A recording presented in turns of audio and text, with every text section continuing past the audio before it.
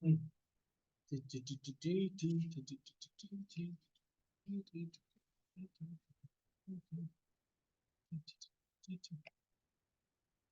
folks, do you want to blur the background? No, I think it's fine. No, can you guys see me? But anyway, you'll be seeing the presentation mostly, so it doesn't really matter. It's a light. That's okay. It gives me that God effect, no? With the halo around my head. Let's check. No. Yes, better. How does it know that I am the one presenting, not you? Yes. Hi guys, sorry. Thanks for coming here. It's just that we're using a different device with some issue with my device, and my friend has offered to give me his laptop. But can you hear me? Okay, clearly. Am I loud and audible?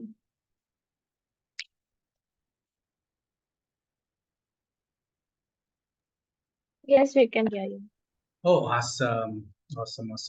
So any comments on how the exercise is going along, the workshop, the species thing you guys are up to?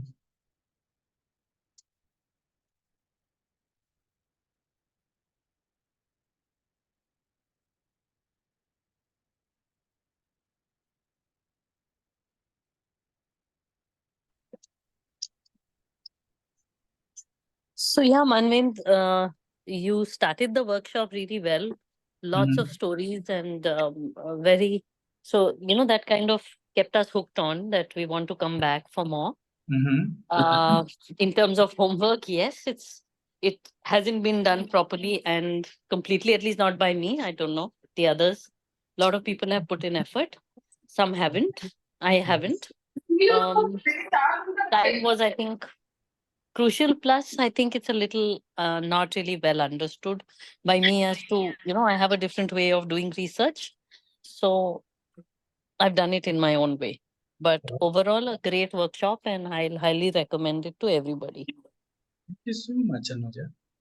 Yeah, and I think that's the idea also behind it. It's the process is becoming the forest itself, because we all have different outlooks, and the Anuja you would bring, the outlook you would bring to a group would be much different from a lot of people. Like there are people who are so good at observation. It's just amazing how good they are, and the people who are so good at like reading up studies. And one of the biggest challenges that I've been facing is that there's amazing work being done with the scientific community about the forests of India, but none of them gets translated to people who are actually planting on the ground, because both sides are so disconnected, because they don't really are engaging with people who are planting on the ground, and people who are planting on the ground are not engaging with the scientific community. So I think one of the ideas that I usually have with trying to put people in a group when working on a project twofold. One is to really understand how forests work, significantly, because we're all so different in a group. We have different thoughts, we have different ways of approaching them, and there's never the right way to approach it. And I think you really caught on well with it, where uh, the specialty that you bring to the group is unique. Like any species in the forest. Your oak in the forest, um, and um, and that's what we need, because most of the time we're just working blind. Yeah.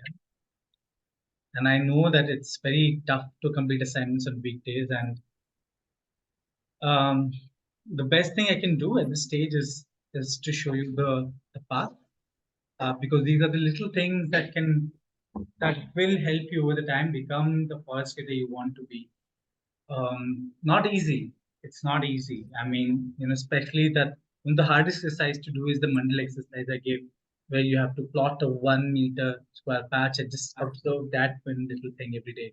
And most of the people don't get it, but I get messages from my students like years after the workshop is done, that out of all the things that they didn't do during the workshop, and now they're doing it now, is helping them to realize the difference between someone who's actually be able to be in tune in nature, to be able to create what is required, compared to um, someone who is not able to observe and is limited by their head. One thing I keep finding, I keep fighting with is that forestation is not just science; it's also an art. I mean, it's both. It's a mix of both. It's an art and science, where the science gives you the basis of it. It gives you the foundation. But in the end, the forest you are creating is your own expression of life, of how you see the forest, how you feel the forest, and that's how a forest should be. For generations, we have started, especially after industrial revolution, we started excluding humanity from the forest spaces. We think we are here and the forests are there, but in the end, we are just the one. And I think it's time to reclaim our space in the forest, and that's the skill that will help us. Yeah, thank True. you. Thank you. Good. So, all excited. How many people have joined us today?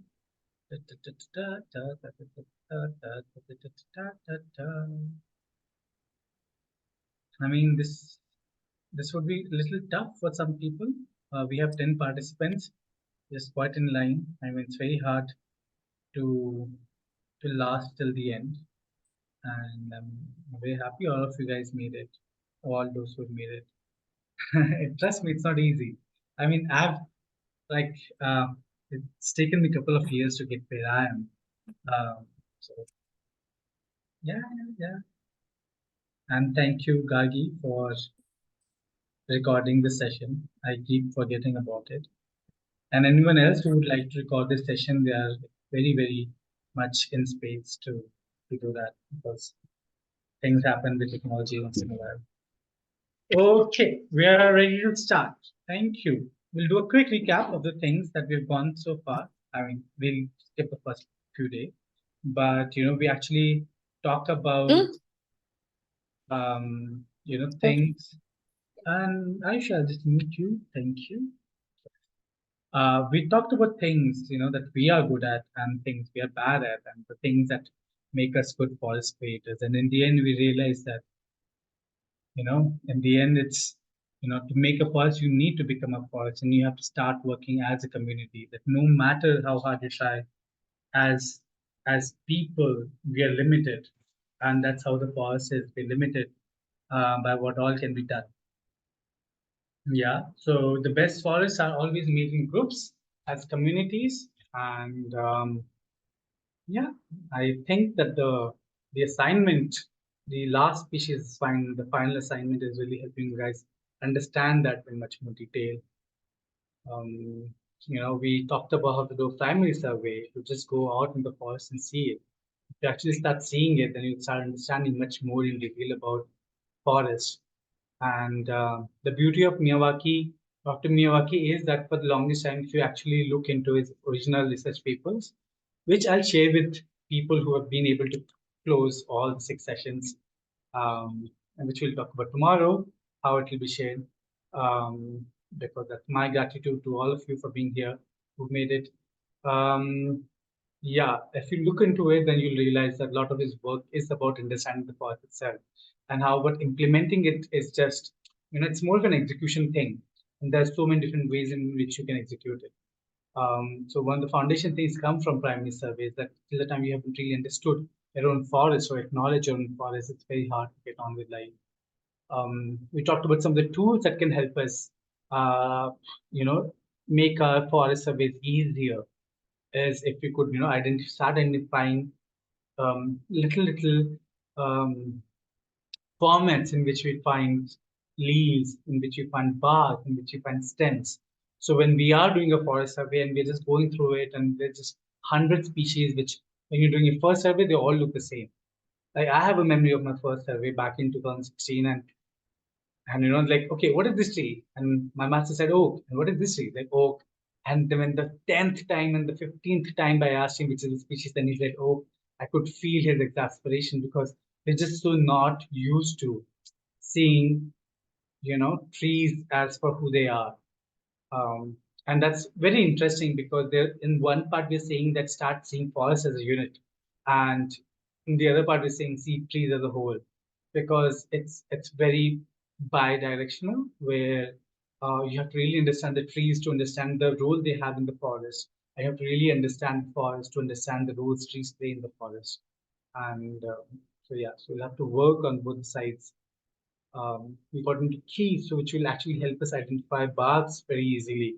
And you need these things, especially when you come across species where your a mentor who is helping you through your forest survey, knows only the local name.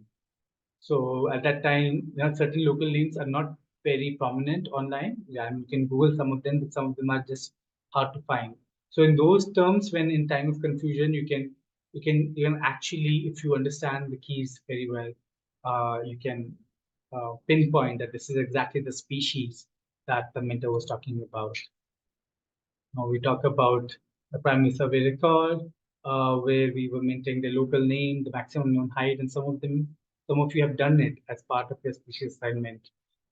Those who could not do it, I mean, if you're planning to do a forest, please go ahead and do it. It's never too late for it. I mean, we're all stuck in our life, but I hope one day all of you will be part of a forest.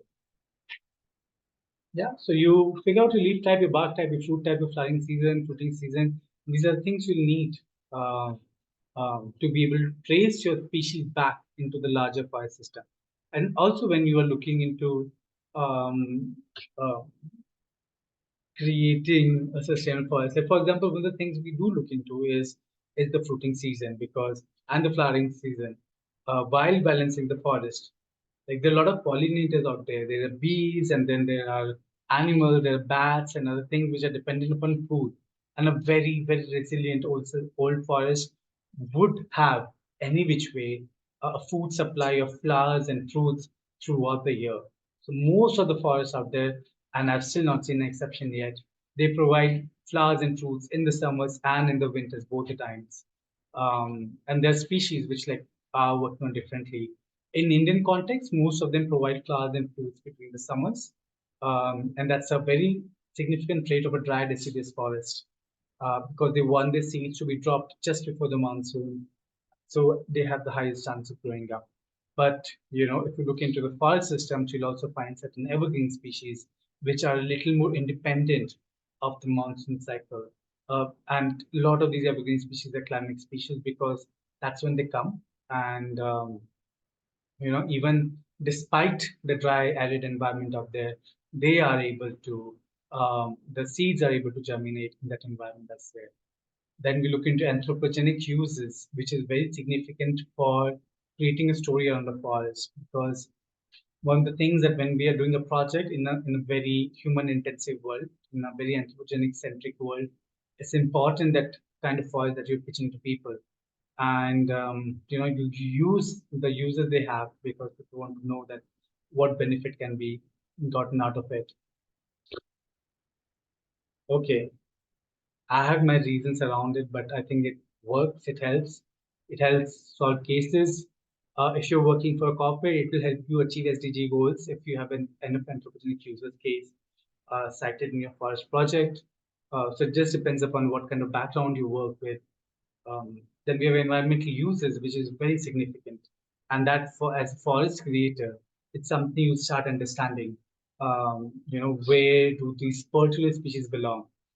So in a very particular case, a forest which is next to a stream would be much different to a forest which is very far away from a stream. And a forest on a hill would be different from a forest on the plains. And when you're doing a balancing of the species and trying to come to a final species list, the environmental uses column actually helps you figure out those constraints. So if you're doing it in Sanjay Gandhi National Park in Mumbai, or the BR Hills in Karnataka, or Uttarakhand if you're doing in the mountains, so these are the spaces where your forest will differ from your mainland. Not by much, because a lot of species will still be constant to an extent. But above a certain altitude, your entire forest might flip altogether. But these are the places where you make those decisions about what kind of species you're going to plant. Then we talk about edible fruits. I think it's very interesting because a lot of our forests are surrounded by people, and this helps us, get into those things. The local name, and the situation that the remark go by Dr. Pradeep Kishan, who I'm a big fan of, even though he hates Miyawaki method, and I understand his reasons for that. Um, yeah, I mean, a lot of people like sometimes I see Miyawaki projects and I'm like just banging my heads on the wall. Um, and yeah, it's okay. So you look at his survey, the kind of survey he has done, and yeah, brilliant. This is Kawa, which is basically the Arjun tree, which you'll find across India. Like they are very common in Rajasthan, where my ancestral village is, and they are much more common also in the south. Then there's Mahua, which are also common across the sphere. Nishi? What are his reasons? His reasons are very simple. Because like I've myself seen that a lot of people who work with Miyawaki method are actually creating dense plantation. So they understand the execution part of it, where you just put a lot of trees together and plant them, but they don't work at all with the species list. Like their species list is completely pioneer, or they only go for species which are the cheapest in the market. For example, when we are working as a unit, like we know that like if you buy pioneer species which are very easy to grow, they usually cost us somewhere around between like 10 to 20 rupees per sapling. But the climate species, which are actually much harder to grow, can cost us anywhere between 50 to 500. So if we are doing a project which is properly Miyawaki, which has 60% of climate species, that means the difference in the project cost will be like much higher, which a lot of people are not willing to put up with. So they will plant predominantly pioneer, and if you do that, then the succession doesn't happen. I mean, and the forest gets stuck in the pioneer stage, and the problem comes with that is that that you'll see the trees have started falling down, or they're like out trying to outcompete everyone because there are just too many pioneers together in that same piece of land. So yeah, 90% of people I know they really don't get the Miyawaki right. It's a lot of hard work. I mean, you guys have tried with your Miyawaki sessions, with your workshop, your own particular groups, how difficult it is to come up with a proper species list.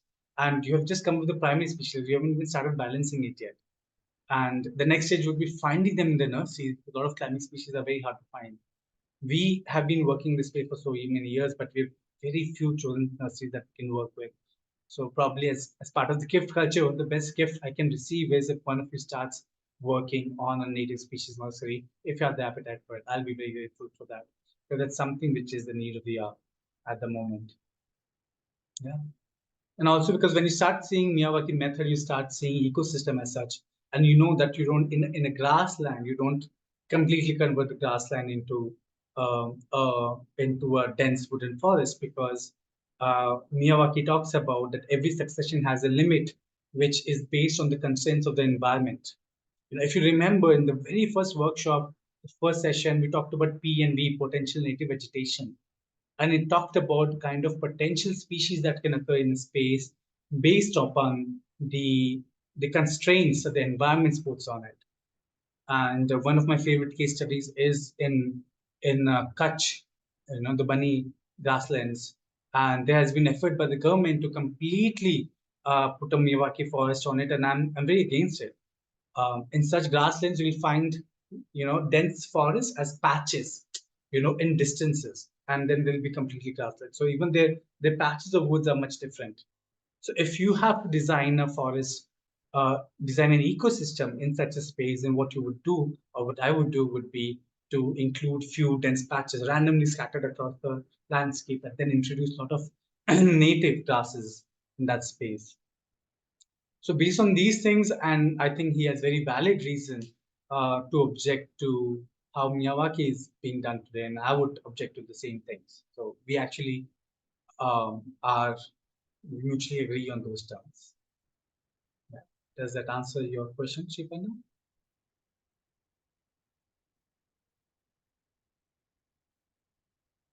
Yes, thank you. Yeah. Is the use of trees, timber, how is that an advantage? Because we don't really want our forest to be cut. Well, if you want timber, then you'll have to cut. There's no other way to it, and that's okay. And I feel that maybe Miyawaki forest may not be the best way to pursue if uh, economical regeneration is your goal, if economical viability is your goal, because there are certain timber species which are pioneer and you can happily grow them and they'll grow without much challenge and you can cut all of them. The moment we get into Miyawaki method, it's also, the main primary goal is ecological restoration. While we can change it, we can tweak the species list to have a little more flowering trees because we want it to be around people, for example, or we can tweak it to have more wild fruits or herbal medicines. That's something we can do, which will the forest auto correct itself over the time. But if you're looking into financial remuneration, I would still suggest go with conventional plantation. Um, yeah, it's because it's the man's world. Yeah, I know, men. I tell you, and sometimes for this, okay, this workshop is not political. Let's move on to the next slide. Yes, and then we talked about the layers, how the layers are so split. So very interestingly, while just give me a moment. Actually, mouse लेने वाला था but वो connect करना पड़ेगा 2 minute time registry का that's fine. Yeah. So if you look over here, we planned when we are looking to Miyawaki Falls, and some of you have been working on the workshop resources would have come to understand by now the layers that are involved in the scene. And interestingly, when you plant the forest, if this is um, 100 square meter patch, normally a lot of people ask me this question, isn't it too dense? And the thing I tell them is that really not, because, if 20% of your things are shrub, for example, I'm just saying off the head, theek hai, they are actually shrubs. Sorry. Is there a plug point? I can use this back. This back. Now, if you really want, I can. Can I have a moment? I can just connect my mouse, so it's easy for me to draw and scribble.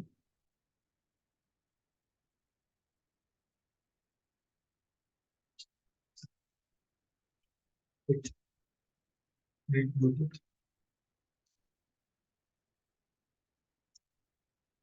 Stop share. Hmm. Bluetooth. Hmm. Bluetooth.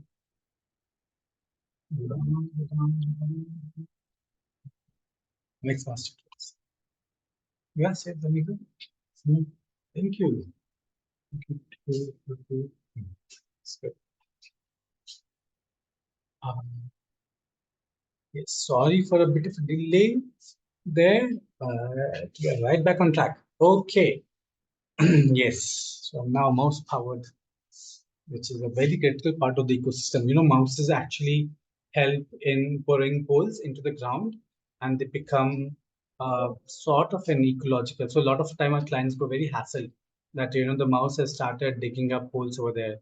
And what happens is in this patch, mouse holes would be like something like this over there.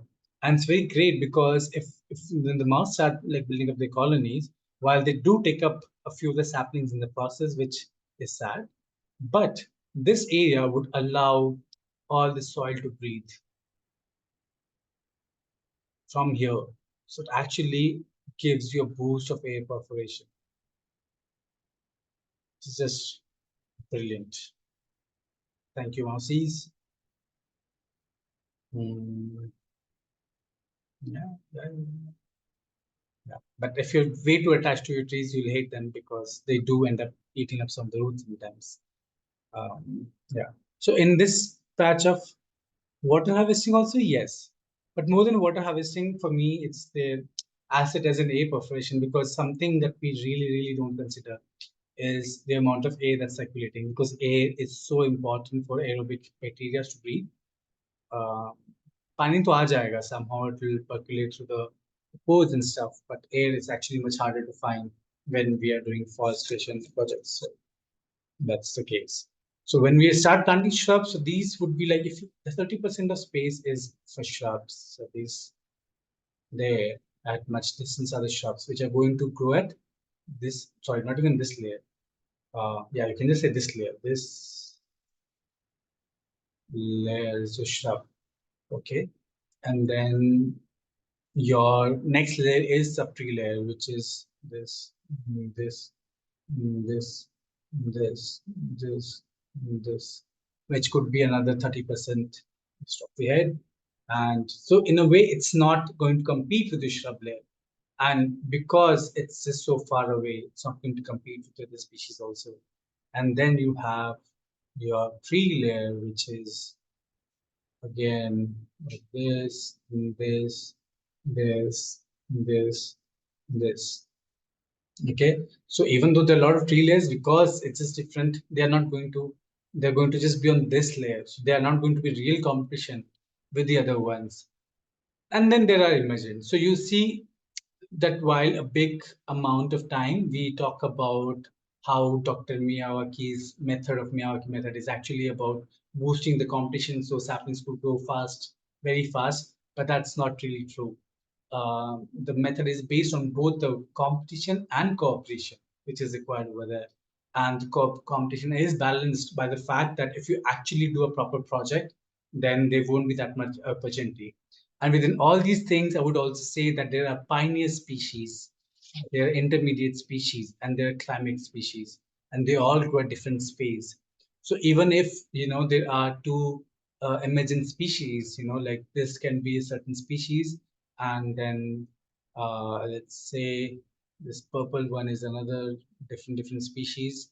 It's just that the blue one will rise up much earlier and eventually die much earlier, while your climax emergent species will slowly come up.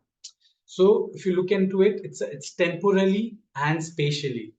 And these are very different time and space concepts, which requires little getting used to. But your forest is not really dense that much. There's not that much competition.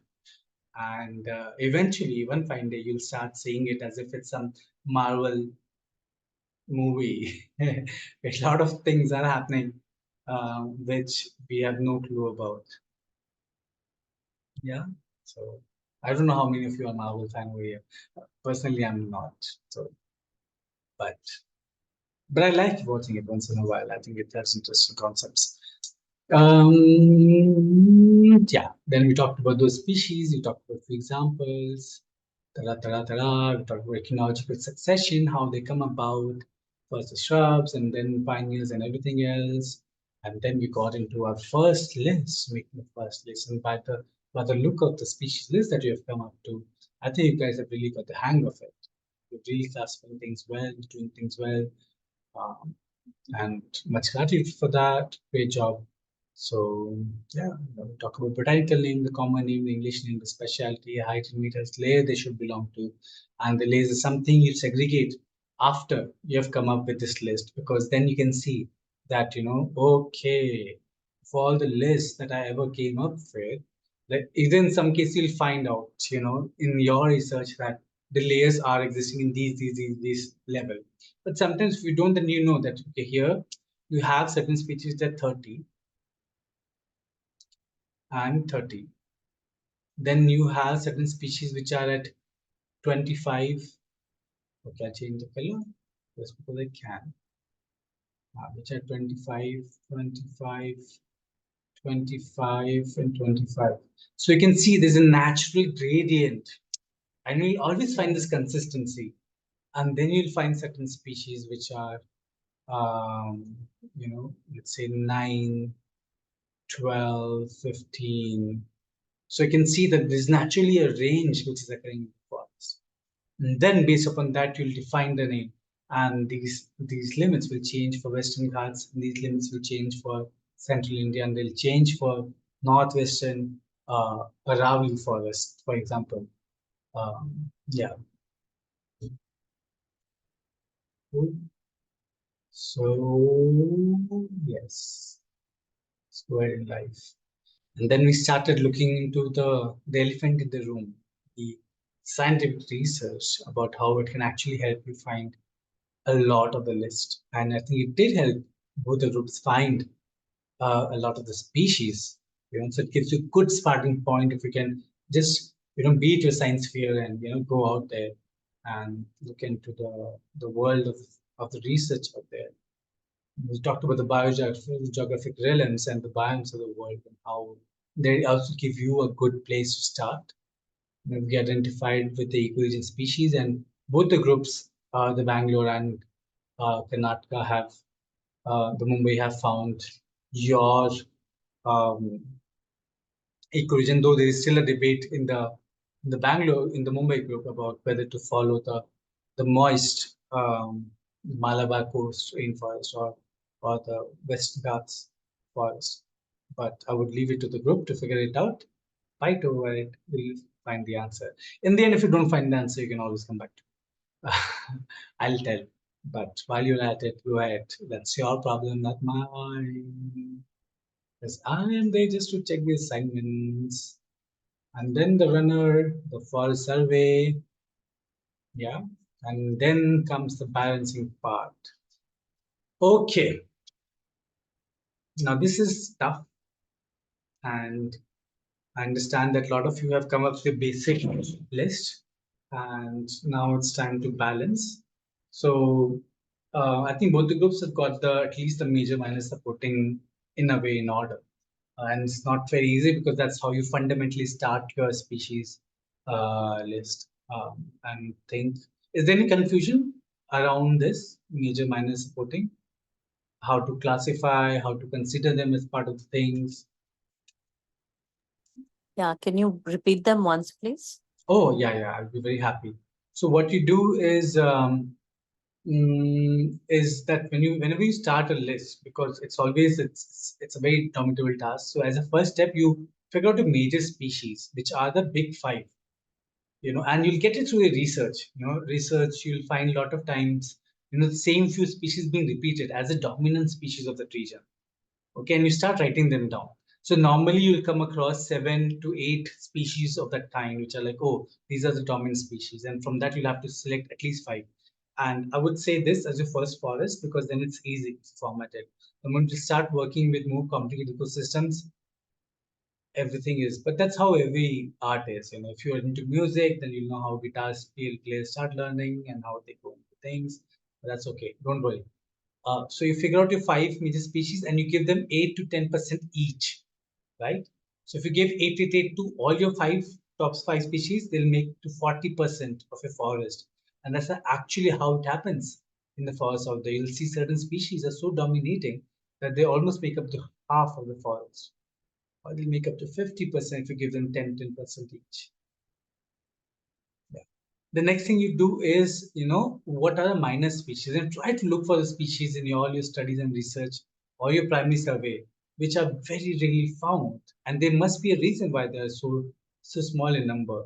And one of the major reason is that because forest as a community is fighting those particular species.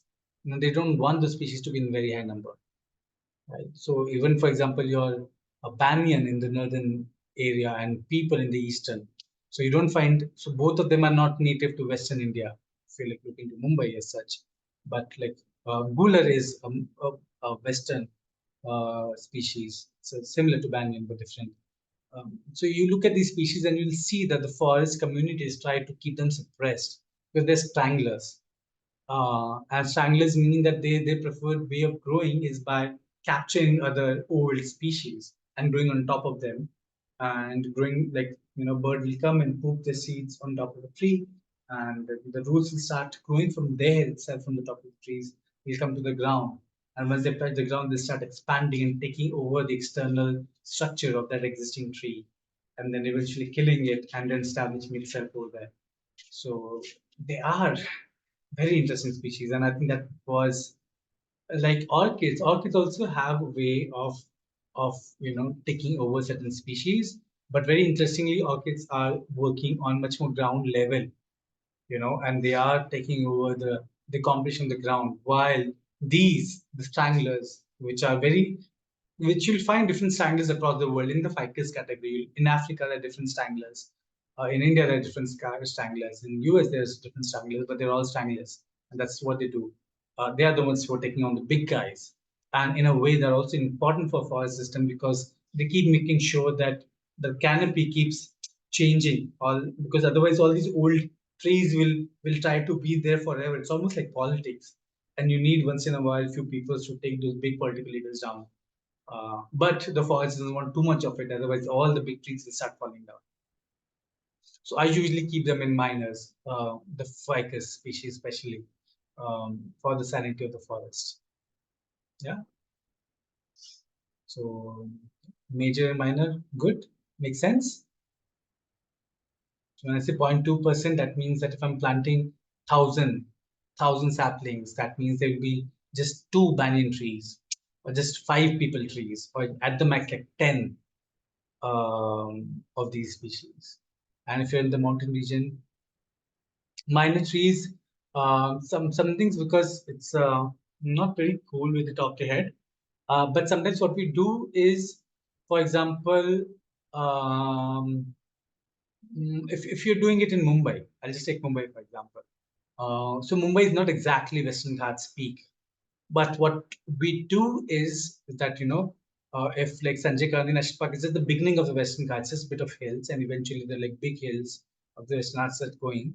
Then if you're planting somewhere here or something, we'll take species, some of the species from here as a minor. Some like proper Western Ghats species as a minor because they are on the fringe. They're completely not in our ecoregion, but they're in the neighboring ecoregion. And we would like, and people, species do mix, and we would like these species to eventually, if we have got a chance to do an afforestation project, we know that these species are also slowly vanishing from this entire area. So we'll plant some of these species here as minor species. So eventually they'll found the ground and they'll go there. Or if we know that the forest we are doing is not very close to a river, but there is a river couple of kilometers away. So what we also do sometimes is take some of the riparian species which should not have been there, and we plant it in a forest as a minor, with a hope that whatever forest you're planting will eventually act as a seed bank, and someday some birds or some animal or some way these species will find their way to the riparian ecology and help and support in restoring them. So minor species are something when you start looking at forests as seed bank, is that even if you don't have, these are not the best ecology region for that, they still are very helpful.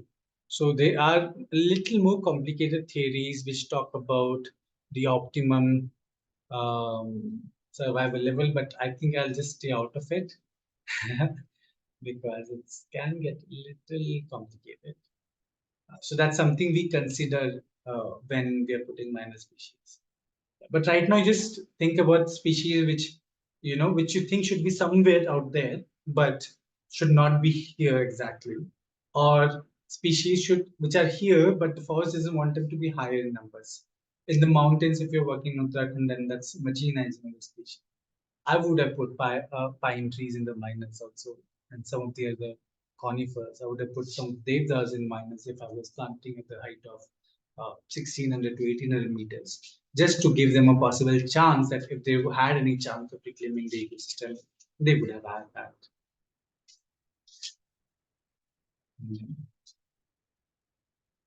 Yeah, with more clear. Cool, thanks. Yes. And always, if there are more questions, there will always be more answers, and a lot of things you'll figure out on the way. And also just know is that at any point you're doing a forest creation, just give me a call and ask me, because a lot of your questions will start coming up when you're actually doing it on the ground. Like abhi I'm talking about it and you're listening and you're taking notes. Normally I forbid people from taking notes in a workshop because it just takes them away from being present here. But it's okay, I'll stop doing that. But just give me a call, ask me those doubts, and that's where a lot of your doubts will get resolved. Everybody has my number, feel free to call. Devda is minor. Devda is minor in the certain circumstances. For example, in the Western Himalayas, it's usually found at a much higher elevation of 2,200 meters and above. While in the Eastern Himalayas, you'll find the same Devda species at 1,600 meters and above. So depending on the context you come from, or even if it's northern slope or southern slope, like in another slope, you'll find Devda to be much more dominating. The southern slope, you'll find it like south-facing slope, you'll find it much more on the lower end. So all this is crazy. It's just you'll get the hang of it. Yeah. I have a question. Yeah, go ahead. So I did not understand how does the elevation or the height of a place actually affect the growth of a tree? I mean, how do we um, um, take that in consideration? Like when you were doing the exercise, although somebody mentioned, oh, that is the elevation, so maybe that tree not, I mean, it won't be suitable there. So I did not understand that part. Perfect. Hmm.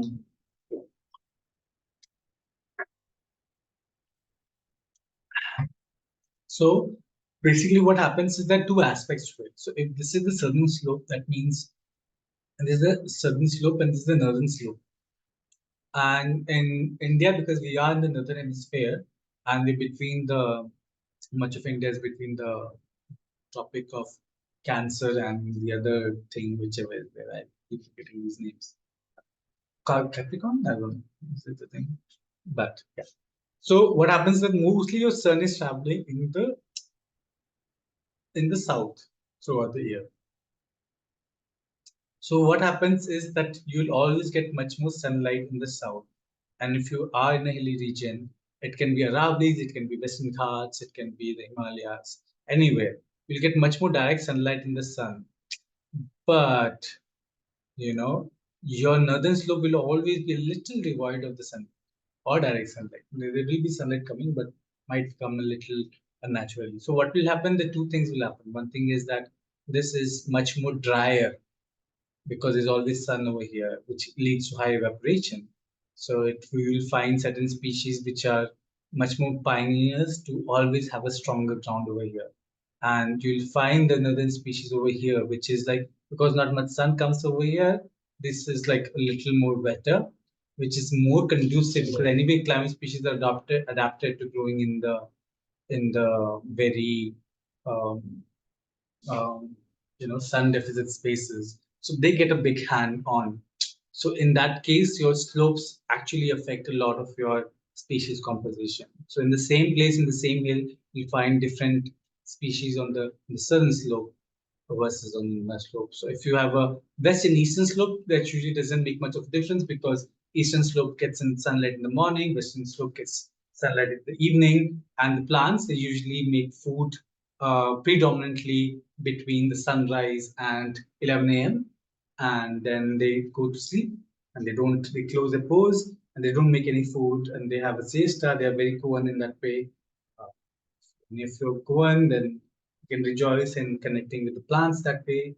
And then from 3 o'clock onwards to they start again producing food and they go on till sunset happens. Because the at one point the leaves also have an optimum temperature in which they can make food. If it gets hotter than that, then their inefficiency they become very inefficiency with that production of food. So I don't know why I got started on that, but those are the some of the factors that influence a lot of ways in species get affected by the slope and altitude. And altitude being there because certain altitudes are much more colder, certain are much more warmer. So based with the height, if you have species which are very much okay with hot temperature where they'll actually be in the foothills in Niche. But a lot of species can't take the frost or the cold because it requires a different adaptation altogether. And they'll be very happy with the medium layer. And there are certain species which are adapted to snow, and then they'll be very happy being the top of the mountains. That's where the altitude also affects the species. It won't affect it that much in Aravali. And Aravali, you can see it's a very the species that dominate is your um, Analgesia pendula, which is your thak, along with certain other species. So while in the Western Ghats it will be different. So that's how, even if you look into Western Ghats, Sanjay Gandhi National Park has much lower hills. If you go into the proper Western Ghats, there are much higher hills and the vegetation changes. Even if you look into Kerala, it's just across the Western Ghats. The coastal lines are different. Your Western Ghats foothills are different. Your Western Ghat tops are different. Your Western Ghats on the eastern sides are different because they are the rain shadow areas. That's where you don't get much rain. There's a lot of the rain that just gets done on the western slopes. So there also you have a different species composition.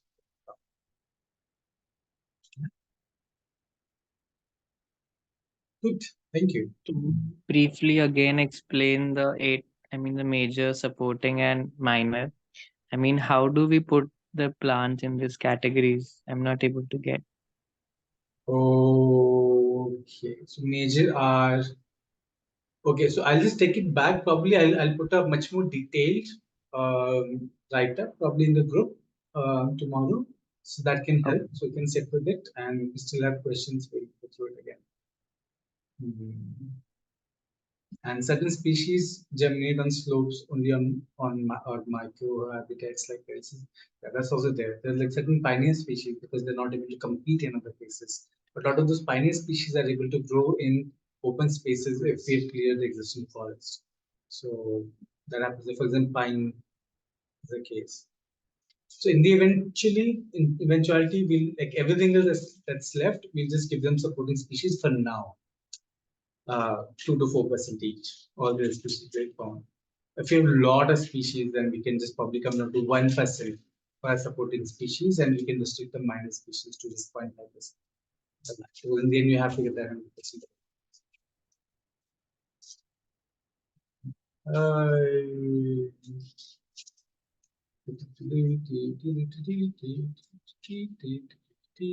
Okay, this is now what happens, right? So while a lot of this is based upon your layering system, and your layering system might differ from zone to zone, but for a lot of the standard forests across the world, unless a very like any forest which is a 4-layered forest system, which is accepted, like rainforests are usually like 6 or 7 layered systems, and there are certain systems where um, thank you. I'll finish. It was hard to find out what is major, right? Yeah, it's very hard and it's actually the major decision as a forest creator, what you're picking as a major. So one of the things that I do with my major is to like pick 3 climax and 2 pioneer, which makes my life easy. Um, and you'll also have to look into the balancing. So as I go through the events today, you'll get a few more idea of it. Yeah. Okay, so you start looking at it, and by the standard, you can just take it as a 4-layer system if you're new to forest creation, which is also very standard across a lot of the ecosystems, where there's a shrub layer, which is we can just say 2 to 6 meter for now, but then again your shrub layer, as I talk about the species list, you'll have to come up with its own, and it might change. Like for example, the canopy layer over here is 25 meters and above, and could be 30 meters and above in some places. And there are forests that I work with where the topmost layer is 40 meters and above, while your tree layer, which is also the canopy layer, is coming up from 15 to 35 meters. So it changes. Yeah, and then just on the standard, you can just take your shrubs to be 8 to 12% of your entire thing. Um, if you can find shrubs, that's great, because it's important to have shrubs in a multi-layered systems. So if you haven't introduced them yet, please go ahead, do it. It's always good to have some shrubs. They play a lot of critical role. One thing is because the shrubs exist on the peripheries of the forest, and the second thing is that really help, work on the soil and prepare it for the climate species to come up. So yeah, if you are doing minimum 15, please include a few shrubs over there. That will be great. Otherwise, the forest will be a little out of balance. So that's the idea of today's program, is where you learn the balancing now. So make sure you have at least 8 to 12% as shrubs. So introduce them, give them that much percentage. Now you're balancing the forest. So the subtree layer can be, anywhere between 25 to 30%. It could also be as low as 15%. So, but I put it for 25 to 30% because आ जाता है कहीं कहीं जगह पे इतना भी. Yeah, but it could be, I've seen it to be as low as 15% in certain forest systems, and I've actually seen it to be as high as 40% in certain things. These things change, but for your own project, first project, you stick to the numbers that have been given over here: 8 to 20, 12 for shrub, 10 to 30 for subtree. This is your main tree layer where most of your species exist, right? So if in a forest, we saw this is the shrub, and this is the subtree,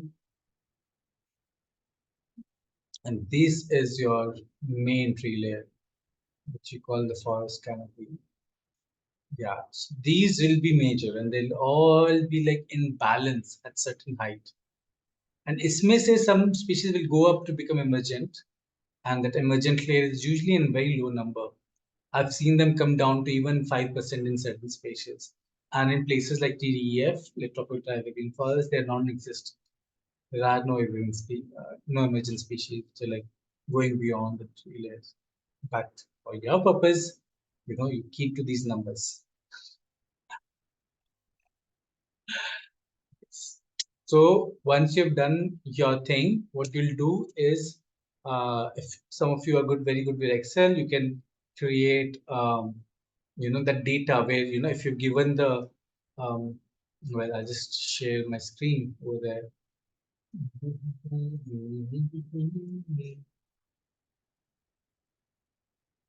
Is there a broad checklist to figure out where trees on spectrum between pine and climate? Actually, no, because the world hasn't really caught up to seeing species as pioneer and complex and climate. Some of the people start talking about it, even though this concept is as old as like early 1930s, but I think, to just see forest as a forest and not just as a group of trees is a very difficult task, especially for people who are into the sector. Very, very, very, very difficult.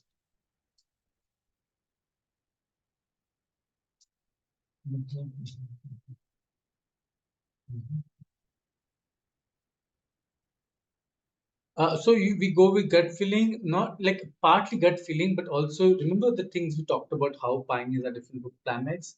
Pioneers prefer to be on their own. Pioneers prefer the fruits to be spread by, mostly birds, sometimes by wind, but mostly birds because birds actually travel the longest. While on the other hand, climates prefer to drop their fruits very close to the ground. They love growing in the shade, like sun loving, shade loving. So these are the characteristics that we start trying to understand about every tree, so be able to put them on the pioneer to climax category. Slow growing is climax mostly, yes.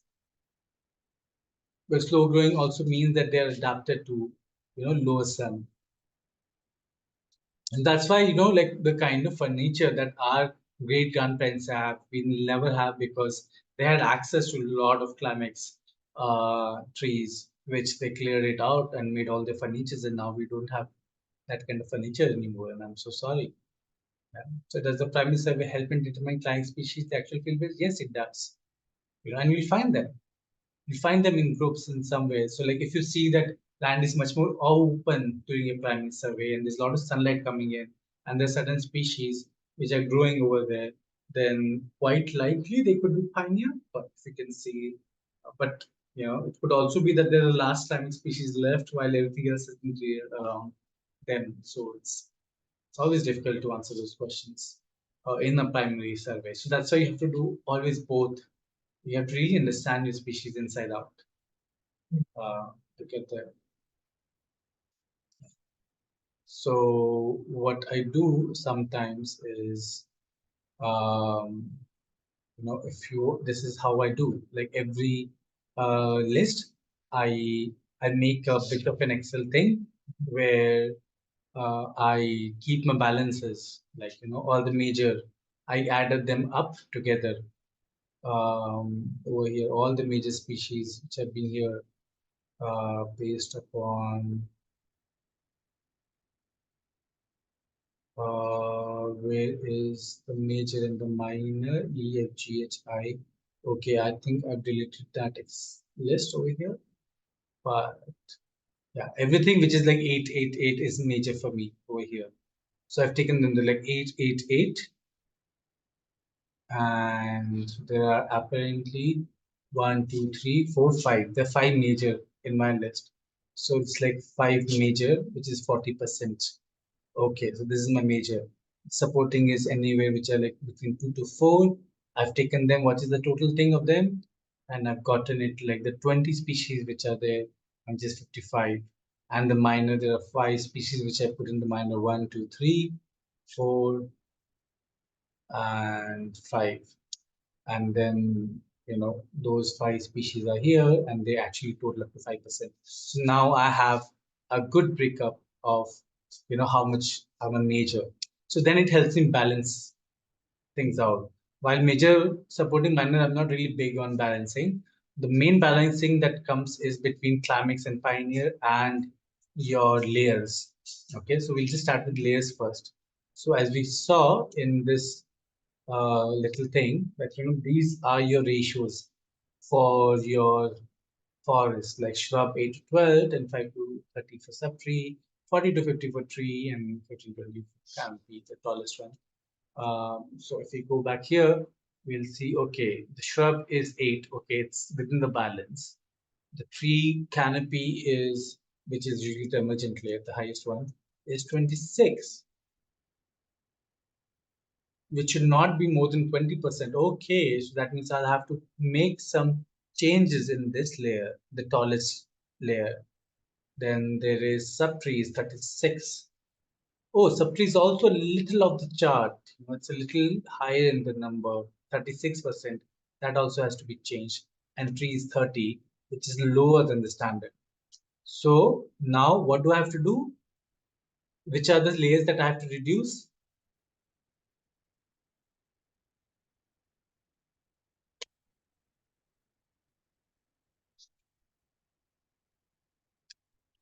Subtree and canopy, because they're so high. Virgin and subtree.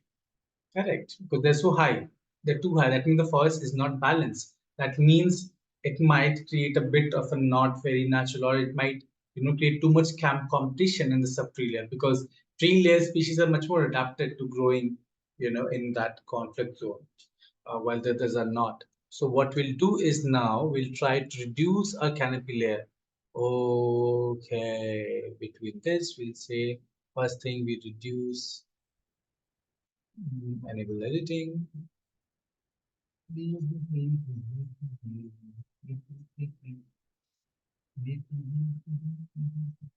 I'll just rename it as emergent. It's just a lot of my data is old and I've just changed my nomenclature. And these things just keep changing over the time. And I'm sorry I did not updated these PPT. I did it for the last workshop, but they were lost. And I think, yeah, my bad. I'm sorry. Really sorry for all the confusion you'll keep getting about emergent and things. So these are my total emergent layers. Okay. 26. I can, these I know is a pioneer and I want it as my major, and Padam is also there. So what I'll do, probably I'll demote. I need 2 pioneers. They're both pioneers, but they're both pioneers in the emergent. So there's going to be a lot of conflict there. So I'll reduce Padam to, let's say, 4%, and I'll probably upgrade another emergent, another pioneer in the tree layer. Okay, good. So now my tree canopy is at 22. It's still a little high. I can further reduce it. I know at my height, those are not really going to work for me, and nor are more going to launch. So I'll just push them a little down in the list, and now they are okay, 18%, which is Okay, within the more balanced category of 15 to 20%. Very good. Good job, man. I knew you'll grow up to be a big forest creator one day. Great. Now we'll go into the subtree. We have to reduce some from here. We need Buransh. It's a major climax. You know that. Let's see. Let's just try to bring down the Tamil because Tamil is more from the hotter regions. So let's just push it into the minus 2.5%. Sorry, Tamil. Nothing personal. And now my trade is 33.5. I think we will bring it down a little more. How much is my target? 30%. Okay, still more. Thuner is a much higher altitude species, so I'll bring it down also into things, and now my subtree is 31. I'll have to get a little further. What do I do? Oh my God, you should see a Majnu growing crazy. And they just took up a lot of the water. I don't want it in higher numbers. It's 0.5. Mel is fine. Kafel is essential. I'll probably put Kafel to 3%. Anyar is a good climate species I wanted, but it's very hard to find species. Chuaru, I'll keep it to 1. Load is also something I want. But more, let's see, 2. How much is my subtree come down to 28.5? That's a good safe level. But my now total has come to 84.5. So that means I have to increase which layer?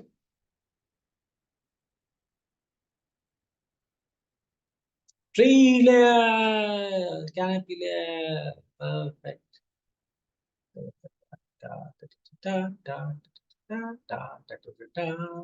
Here. Okay, now I have very few people competing. So I really hoped I could find more species in this list layer, but my major list is almost non-existent over here. Actually, now I figured out that Morris alba, I still have issues with keeping chemo in the list. It's okay. I'll put Faliant at 8% because I needed a major. I demoted a major from another layer. So I'm going to promote one of this major over here because Faliant is a good part of the Quercus complex. Akhrot, I would still come down to, okay, fine. Toon is also fine. Okay, fine, I'll just put it 4. So currently it's 89.5.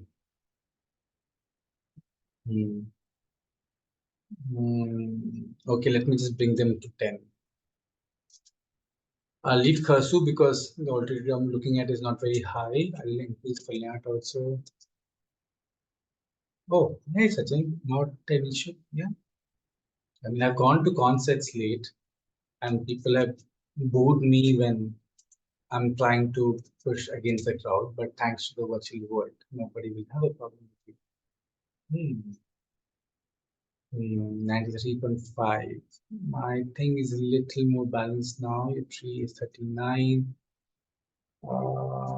Yeah. I can't push it that much. Okay, I'll put it to 4. Okay, at least my tree is within the base level. So I'll probably see that, okay, what is on the lower level shrub is it to 12%. It's on the lower side. So I think I can probably boost my shrub here a bit up higher.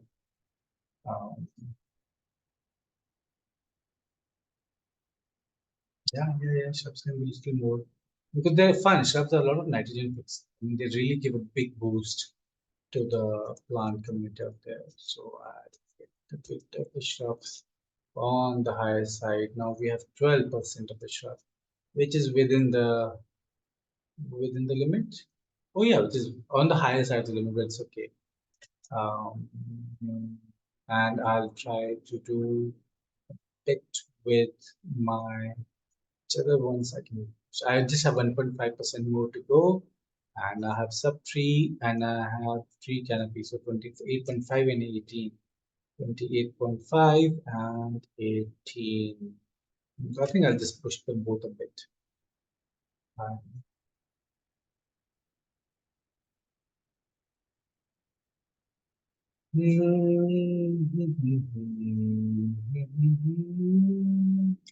I like Willow.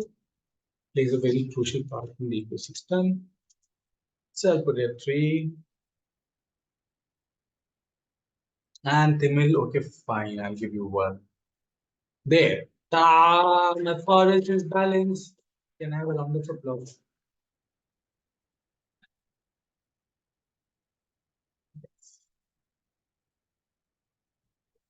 Oh, thank you. One of the other things that we really consider is the climax and the pioneer, but I haven't put it here in the interest of the workshop because it can get a little more complicated, because a lot of the ratings can be here and there, but when you're looking into it, you make a similar column with your climber and pioneer ratio, and you put it over there. They're 1:5 scale, and you try to make sure that you have a high number of climax and pioneers. Yeah.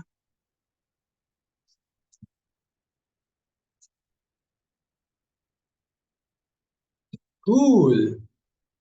Happy balancing. I mean, itna kar lo is balancing maybe when you do your forest. So, yay. So, Man, can we go to the previous slide once? The Excel sheet. The Excel sheet? What? So just going to the green table once. The percentage here was we're dividing was a major, minor, and supporting. Right? So we changed things here, and then the actual quantity will also change, no? Yeah. So in the end, our forest is total 100% still. So the actual quantity is now back to normal. At one point when we reduced it, it reduced a little, because at one point we had like 89% only over here. But now it's back to 100%. So total quantity is back to where it should be. And for this forest, which is for 100 square meter and 300, it goes to 300 back again. And this is some contingency we got just in case on the side. Okay. So just going to the second table down, here we are putting under the headers number of species. So example, whatever percentage we are given there. So this was 5, 8, or 40, and then 20, 55. Less than 2. So here the formula of the percentage that we're taking of 40, 55, and 5. What have you put in this? Yeah, so I mean, this major could have changed a little because we demoted 1 from 8 to 4, and we appreciated 1 to 3 to 5. But for me, normally I don't use this for the balancing. But this for me is like more of like a standard. For me, the balancing factors usually come from this, and this should remain a little more consistent. So yeah, so for me now it's just been years and years of doing those things. So I go, but don't worry too much about this part, is what I would suggest. But be worried about this part, and once you get the hang of it, be worried about the climax pioneer ratio. I mean, right now, if I would introduce climax pioneer ratio, oh my god, it would make things a lot more complicated. So for your first forests, it's okay if you could just work with this part. But I've had some of the students actually who have been able to do very good job with the climax pioneer ratio even with the first ones. So if you would like any help with it, you can always reach out. Okay. So just in number of species for tree, there are 6 species in this, right? And the percentage here is 40. 40. So it is the total from that sheet that we are getting. Okay. Yeah. So So I six put the pieces. formulas like this, where it's actually I put out key.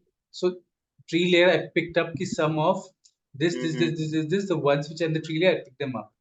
So then Okay. this gets automatically calculated based upon what is there. And the count I've just put after like checking, doing the filter ki acha layer mein this thing Okay. is there.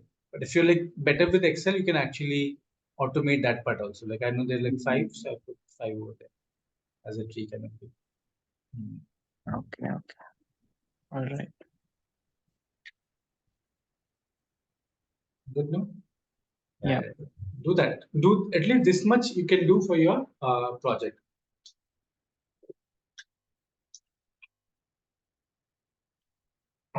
Cool. So now, yeah. It's just you do 100 species across 100 birds. Good. So congratulations on having balanced your things. Whew.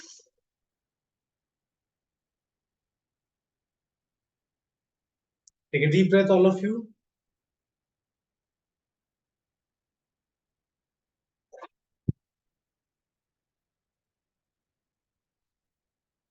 Once more.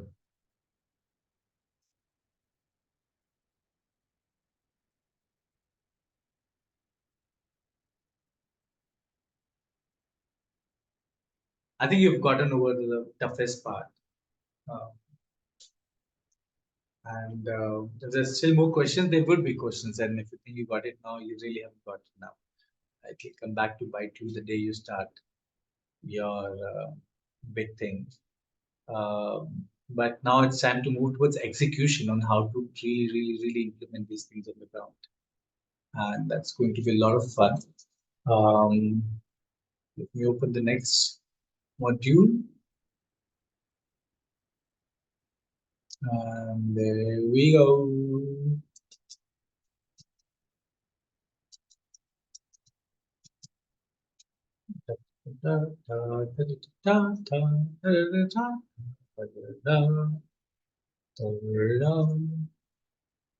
Can you see my screen once again?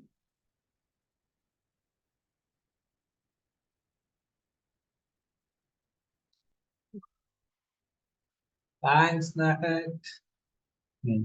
See, we only have 11 people today. I'm telling you, it's just so standard. Yeah.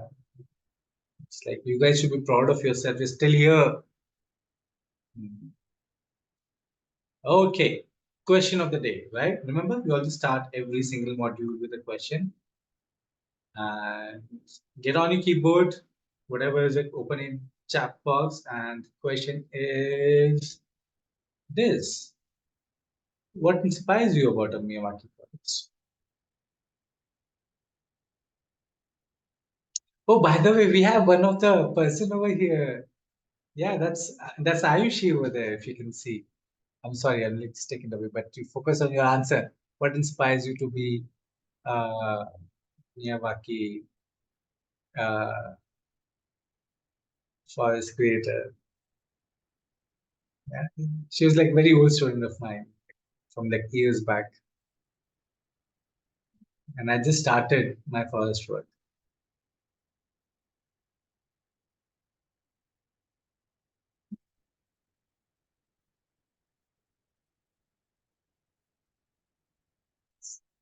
Answer: the denseness and the variety.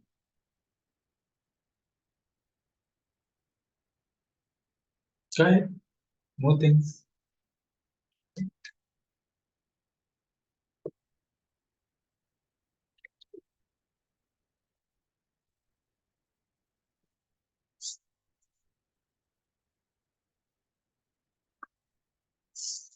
Jungly space for everyone. Yeah, good. The cool feeling inside the forest. Yeah, dense forests are very different feeling to them. Better work in the forest than with humans. Yeah, I agree with it. That's why I took this thing. I can't really take people. Biomimicry, so we know we are on the right path. Yeah. And I think in this forest is also adapted to humans. Uh, it works both ways. Come on, I know there are more people. We have 1, 2, 3, 4, 5. 5 answers. There are 11 people. Come on. Come on. Workshop is coming to a close. Can't shy away that more. And there's no right answer.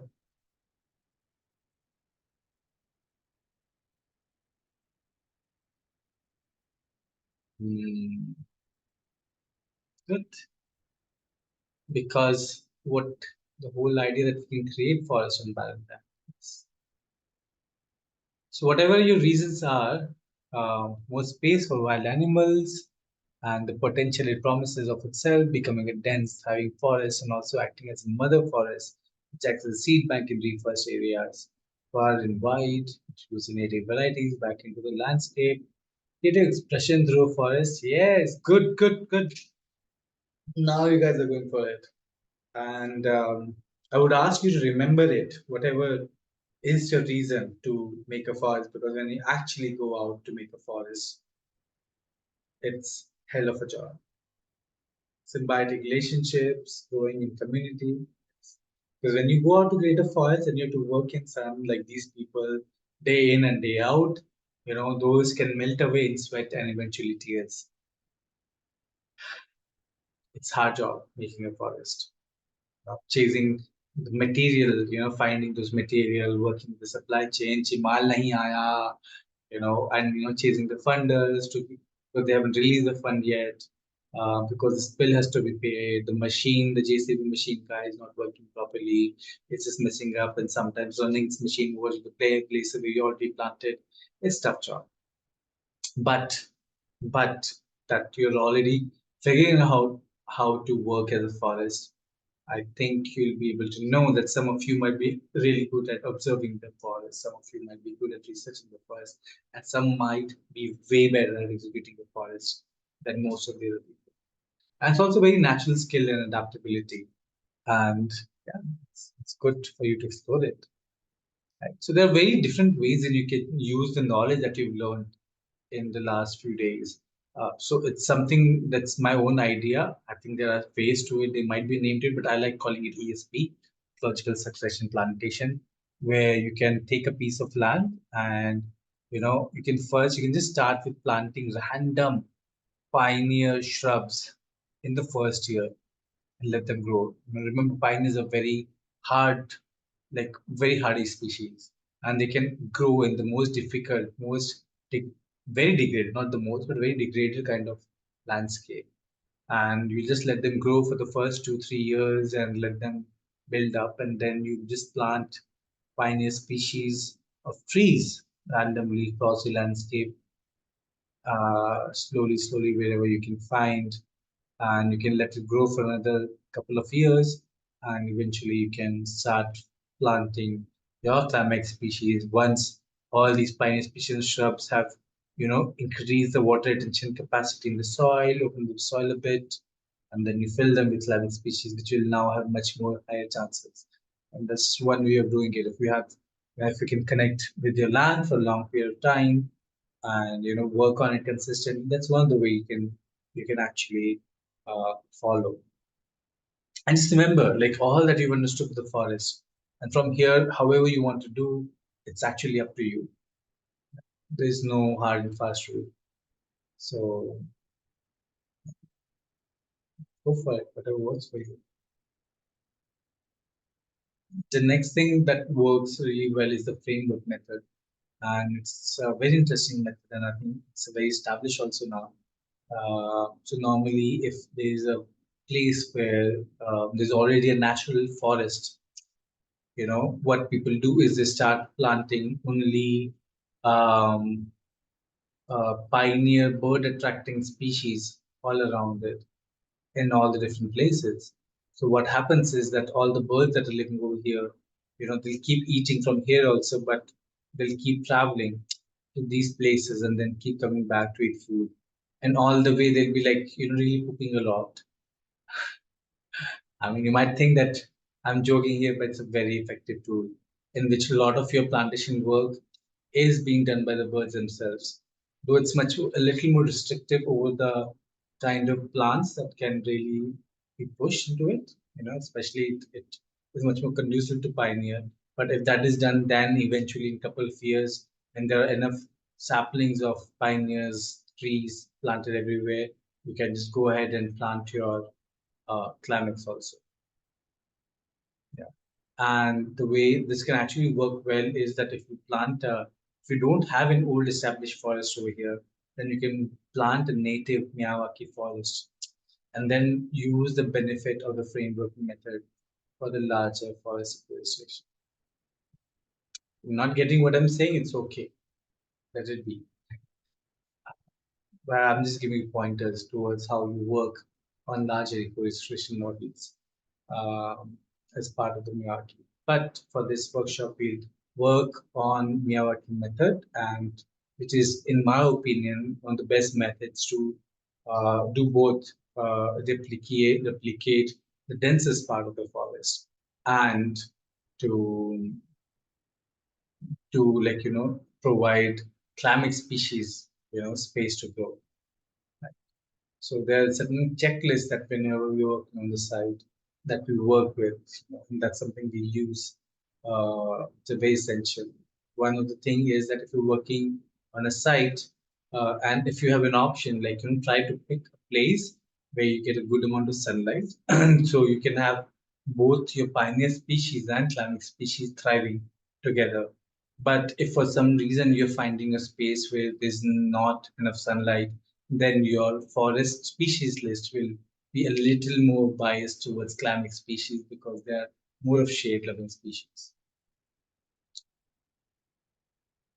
And then make sure there's nothing underground. We started doing projects where, we started digging and just like construction debris, or sometimes there's just one major pipeline. And very recently, we were working in an industrial project. So, as part of Dharti Amrit, which is my company that works with forest creation professionally, we do a lot of industrial projects and a lot of like CSR projects in that sense. So, we were working in an industrial site, and uh, we got underground clearance from the civil architects that the site is clear, it's clean, everything. And when one of our excavator, the JCB machine started working, the machine take inside and there was a 240 or some, I don't know, 240 is pretty much less, but there was an 1100 kV electricity line that was not, we were not informed about. And luckily it was just the machine, it snapped, it broke, and very fortunately nobody got hurt, but it could have been a major disaster. So always make sure, and even if your client says that okay, there's nothing underneath, make sure that you get them to check back all their old maps and make sure there's nothing really stuck over there. That's very important. Then the land use clearance, identify the ownership of the land. So whoever is a landowner, if you're working with municipality, working with forest department, more working with private clients, make sure you have something in written and it comes from the experience that it's okay. It's you're authorized to plant forest on that land. Because a lot of times, a lot of people say that, oh, just go ahead, that it's a land is planted, and can actually get you into legal repercussion, which you don't want to deal with because you want to just make forests and not problems. Yeah. Make sure that there's uniform soil present beneath it. There's no organic debris and all. We have planted in places where there are a lot of debris. So as a thumb rule, I say that, but it shifts the kind of species you're selecting. So one of the projects in Mumbai that we were doing in a land which was reclaimed from garbage dump. So it had like particular depth of soil, and then there was garbage all beneath that. Uh, so when you're doing it, yeah, obviously like the forest, a lot of species wouldn't like it, but there's certain species which are very okay with it. And for us also, we thought that's a very good way of arresting the leakage of pollutants to the soil everywhere else. And yeah, if we make a forest, then nobody else will dump on top of it. So we shifted the saplings a little more towards the pioneer, which are much more adapted to harsh environments, and you do those kind of changes, which are a little more specialized changes. But otherwise, Lukesh, can you just Okay, go ahead. Ask me the question. Sorry, you just mentioned that we also, I mean, when there's a debris and also we are also putting in new soil, no, in it. I mean, Yeah. or So what I do is I try to look if I, even if I get like 60% of the soil and 40% debris, I'm very happy within the first 1 meter bracket. And for me, that 1 meter is the most important because that is where the new saplings are pushing their growth for. There's a lot of saplings, once they get through the 1 meter, they have enough to sustain themselves. So that 1 meter to unka hak hai. So if you get at least 60% of soil in that top 1 meter, I think that's good enough, but you'll have to change the species list with it. But if you're not getting that also, then you'll have to dump a layer of soil on top of it and raise the height of it. So we do that. We bring in fresh soil sometimes and we put in the Mhm.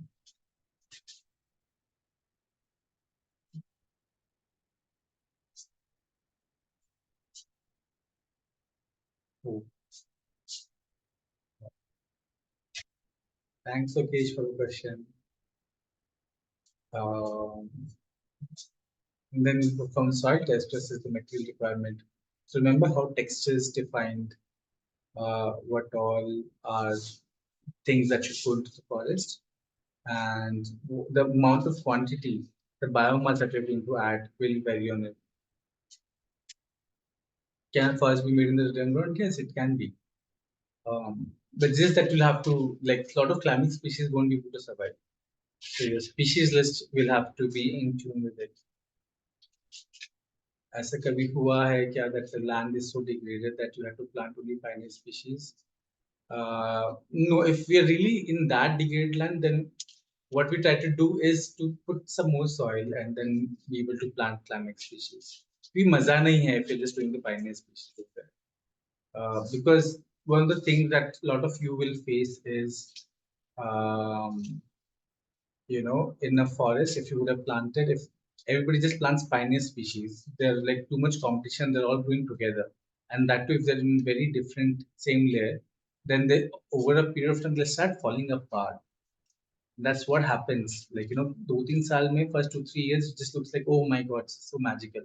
But 5 years down the line, you find that, oh my God, trees are falling apart and things are happening. And that happens when you have very pioneer heavy, uh, 3 square meter per, 3 saplings per square meter per plantation. So it's always good to have certain plant species. So what I do is that if I'm like rating them from 1 to 5, I just make the 5 a bit of a minor. How much gap to keep between trees? We'll talk about it. In general, we keep it like 3 saplings per square meter. So it's 60 centimeter on an average between different saplings. But when I'm talking about saplings, I'm talking saplings. There would be shrubs also, and then there will be things in tree layers and canopy layers and emergent layers and supply layers. And then they'll also be growing a different timeline based on binary plants.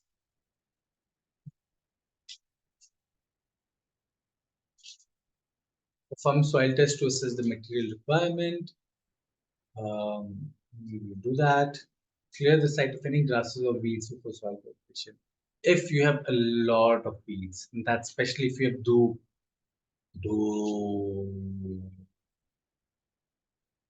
So the most amazing pioneering grass. But when you're making a forest, it's also the most resilient thing that can really take your place for it. Because in a way, it actually throttles the new sapling population, and it throttles the root, and they're not allowed to regenerate. So if those are the cases, then make sure that with machine you clear up liver grass or weeds. If they're not very intensive weeds, or if they're not very much nuisance, then you can always just mow them back into the ground. That's okay. But if they are, do please pick them and put them some far away, please. Dupe are magical. Dupe, dupe, dupe. They're called dupe in certain languages. They're called dupe in certain places, but something always around dupe to figure it out. Very persistent grass and amazing. I love it. Yeah. So it's like always have make sure you have at least 400 liters of water for every 100 square meter on the plantation. That's like the bare minimum. We'll talk about how much more water is required in plantations tomorrow, but it's like the bare minimum for a checklist. Assess the slope of gradient and road access for being limited. Sometimes you started a project, but then your material is not able to come on site, and then you incur a lot of additional cost in just trying to bring it down. Yeah. And then biomass unloading area, you actually figure out if this is the entire project site. What's the best place? You start planning it in advance. What is the best place to set up the nursery?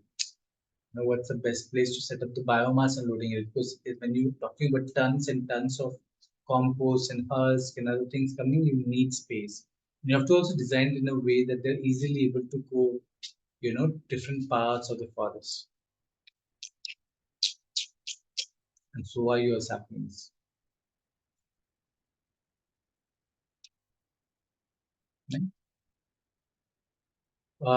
Protection. Yeah, so many times have they happened like where we've like invested like lakhs and lakhs in forest plantation, and one fine day the courts came and they ate our homework.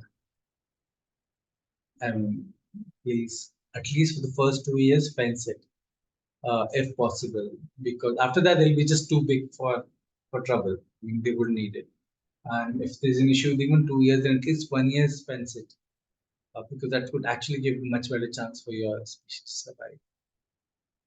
Yeah. And if there are existing non-native plants, I usually kill them. I'm sorry if it hurts you, but I don't want them.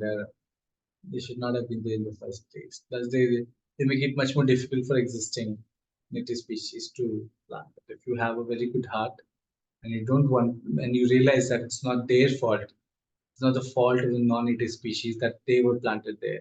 It's just the humans who made all the mess. This is also something I agree with. Then you can just take them and relocate them at different places. But if you have native plants, then you don't really have to worry too much because you can just make a forest around them. Let the native plants be. Because in the forest, old trees play a very significant role in mentoring the young forests. Good. Hmm. So, how much time do we have?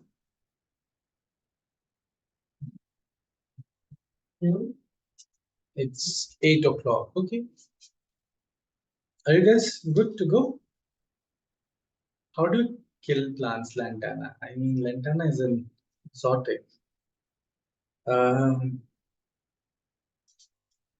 there's no simple way to kill lantana. You just have to bulldoze your way through if you have machines and quickly plant fast on top of it before it starts regenerating again. It's very hard species. You just getting people employed. It's very hard to kill lantana. Mm. Lantana in the plains and Eupatorium in the mountains. These are the two. And then you have Prosopis juliflora, and then you have Subabul, you have Gliricidia, which sort of promotes vegetables. These are the most invasive exotic species. These are non-native species that we have. There's no easy way to deal with them. It's very, very tough. And it hurt me. I mean, it was an easy journey for me to come to a place where like I'm okay with like removing them. But Eupatorium, Calabas, if you might be aware. So that's the equivalent to the mountains. And you'll find these are like a few combinations which exist everywhere. Very interestingly, some of our species are now an invasive weed in outside India. Neem is an invasive weed. Albizia amara, I think, is invasive in certain places. Yeah. So वहाँ का यहाँ डालोगे तो invasive है, यहाँ का वहाँ डालोगे तो invasive है. That's why it's always safe to go near. Some people in the mountains are now planting silver oak and Australian acacia issues. Okay, don't get there. So, guys, so we did this little table and I showed you guys this. This is how you decide upon how much quantity of material you're going to get. So based upon the area that you're working for. And very interestingly, in when we do Miyawaki forest, we don't see tree as a unit. Okay, how many pits are we digging? So they're not individual pits. We look at like core forest area as one large area in which we are actually, working on the entire soil and loosening it up and filling it with the biomass material. So there is, and then we plant saplings inside it. And that's one of the very core differences in Miyawaki forest. And that's how a dense forest should be. Yeah. And then we plant saplings inside it. So that's the Miyawaki method way. So that's why a lot of a conversation are not in the terms of kg per saplings, but kg per square meter. So we say that you create the forest soil very conducive of climbing species, and then you start planting trees. So in forest creation paradigm, we don't look into pits, or we don't look into trees.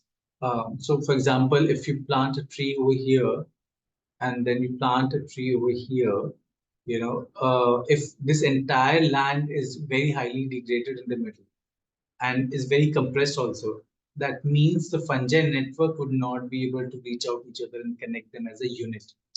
Because a forest becomes a forest when there are a lot of saplings planted which are connected to each other.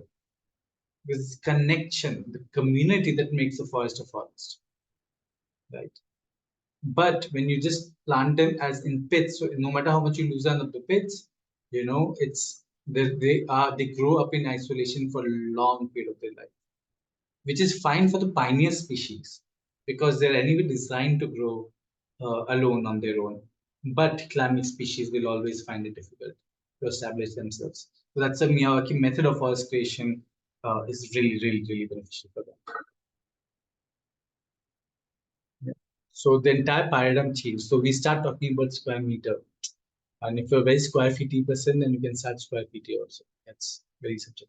But then you just divide them by 10, all these issues. Yeah. Does it make clear, Anani?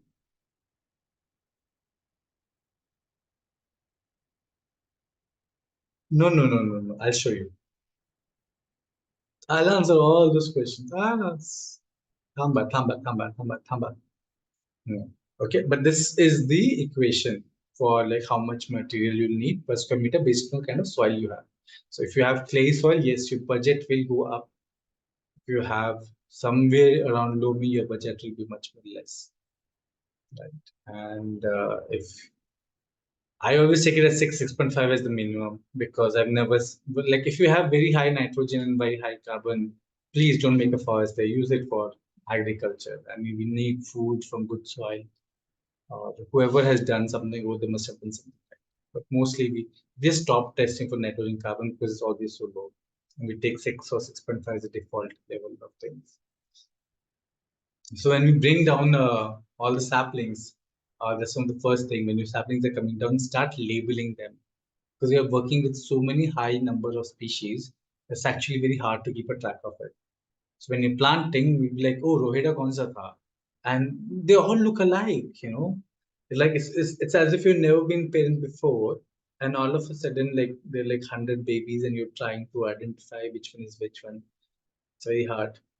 And that's happened with saplings. It's so hard to tell which one is which one because even if you would have seen mature form of trees and saplings form, they look very different. So always keep them very well marked and keep them segregated and keep them differentiated because that's really, really, really going to give a lot of help over there. Yeah. And then we start a land preparation work. So I'll send you a few videos today, which you can see later about land preparation work and how those things are carried out. So we'll figure out. I'll just take you through a few steps and then I'll tell you the science behind it, how those things work.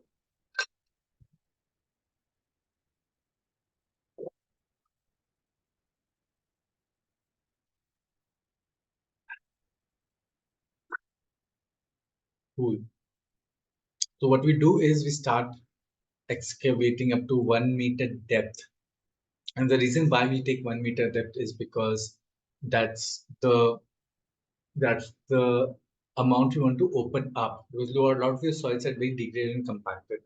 And within the first 2 years of their life, a lot of saplings are very happily growing in this within this 1 meter depth ka ratio, and that's what they need for a lot more their base survival. Uske baad they'll figure out. Once they've grown through their basic infancy level, then the rest of the depth they'll figure out on their own. So we just look into the 1 meter depth. So this is like a full-on going project where a lot of these machines are slowly, and you can see over here that the entire level, like the entire forest soil is being prepared, it's being mixed. The material is being mixed, and if you can see very clearly over here, you'll find here the material being dumped. So how does it get dumped and how does it get mixed? I'll also show you that eventually. And this is being mixed into the soil.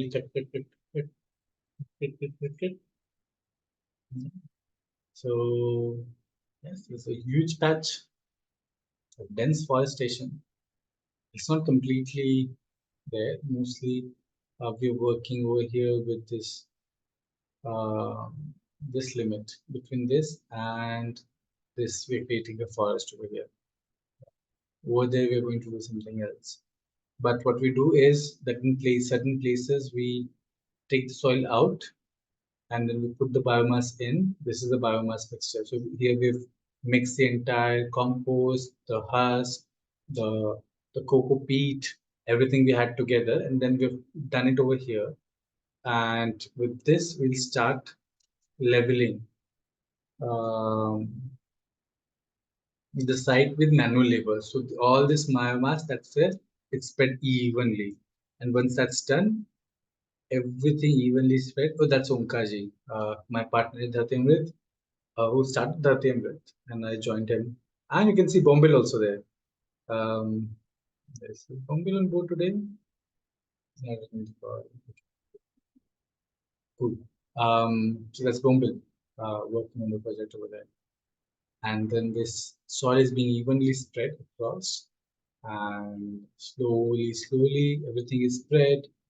And then once everything is spread, we also spray some Jivamrit, everything, and then again we mix it with the JCB, and then we put more biomass, and again we mix it with the JCB, and I'll show you in much more detail.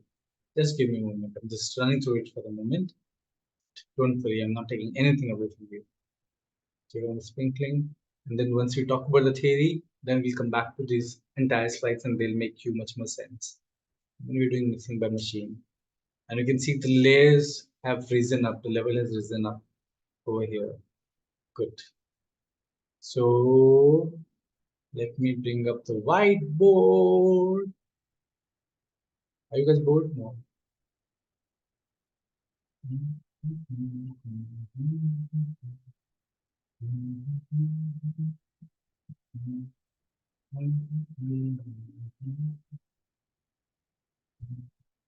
Very interesting. Yeah, I love it. I mean, I would love to take good Miyawaki, attend a Miyawaki workshop. It's just that very few people do it.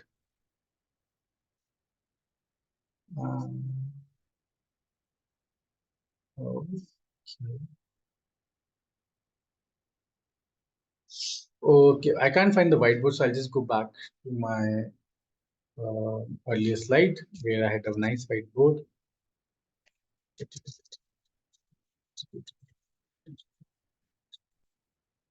Okay, here. I got a lot of whiteboards also. So the idea over here is that, if this is a piece of land, I don't know how many of you are from architectural landscape, if you understand it. If this is how you see a piece of land, and if you're seeing that piece of land from the side, it would be something like this. Is a piece of land where I consider this as a surface. This is the surface, and this is all full of soil. So what we do is that we want to make sure that within this 1 meter, so this is a 1 meter depth. Within this 1 meter, all the biomass that we have found, it's equally, it's like very uniformly mixed in the entire thing. And the reason why you want to do that is because the current soil has a very different texture, because currently it doesn't have much biological life, or it's very compacted, so it only has the physical texture to it. But what we want to do is that how forest would have done to itself, add that organic texture, which would have come by the death of the million earthworms and insects were inside the roots dying and all those things. We are going to do that kind of work by mixing in the air perforation material and the water retention material and the nutrient material. And we're going to just take it all, mix it together, cup, and then mix it in the soil. Now, for us, it's very important that the material is uniformly mixed in the soil, because if it's just like you just take material, like, okay, let's not go till 1 meter, let's just half a meter is also okay. You take the same amount of material, you mix all of this here, then you actually have gone for an overkill where you have put more biomass. Because whenever we're talking about biomass, we always talk about the cubic meter. I'm so sorry if some of you not find it hard. Like it's hmm, hmm. Okay. So you can keep asking me to repeat every time there's something that goes a little off the head. For example, you take a, a mug, right? You take a 1 liter mug, which is usually your normal standard size, and you fill it with water up to the top. So that's like, and if you take a very similar sized mug, but it's just half the height, it will hold only half the water. Like this. Is my video visible? I don't know if you can see it. Yes, okay, cool. So if this is the entire length, so right now my water is just till here, right? But what I want is that I want to mix my biomass very evenly across the entire thing if my water is still here. So I have to make sure, because if I use the same amount of concentrate like biomass and I mix it only in half the water, it will become very concentrated. If you have done juice, rasna, to take the same amount of rasna, you mix it in half the water, it will become too sweet. So you want to make sure that the given prescribed amount is mixed in the entire 1 liter of the rest of the thing, so it just gets the right flavor. So that's how it usually happens. But I think you get more idea once you start working on it. So we definitely need machine or huge manual labor then. Well, it depends. Depends on the soil.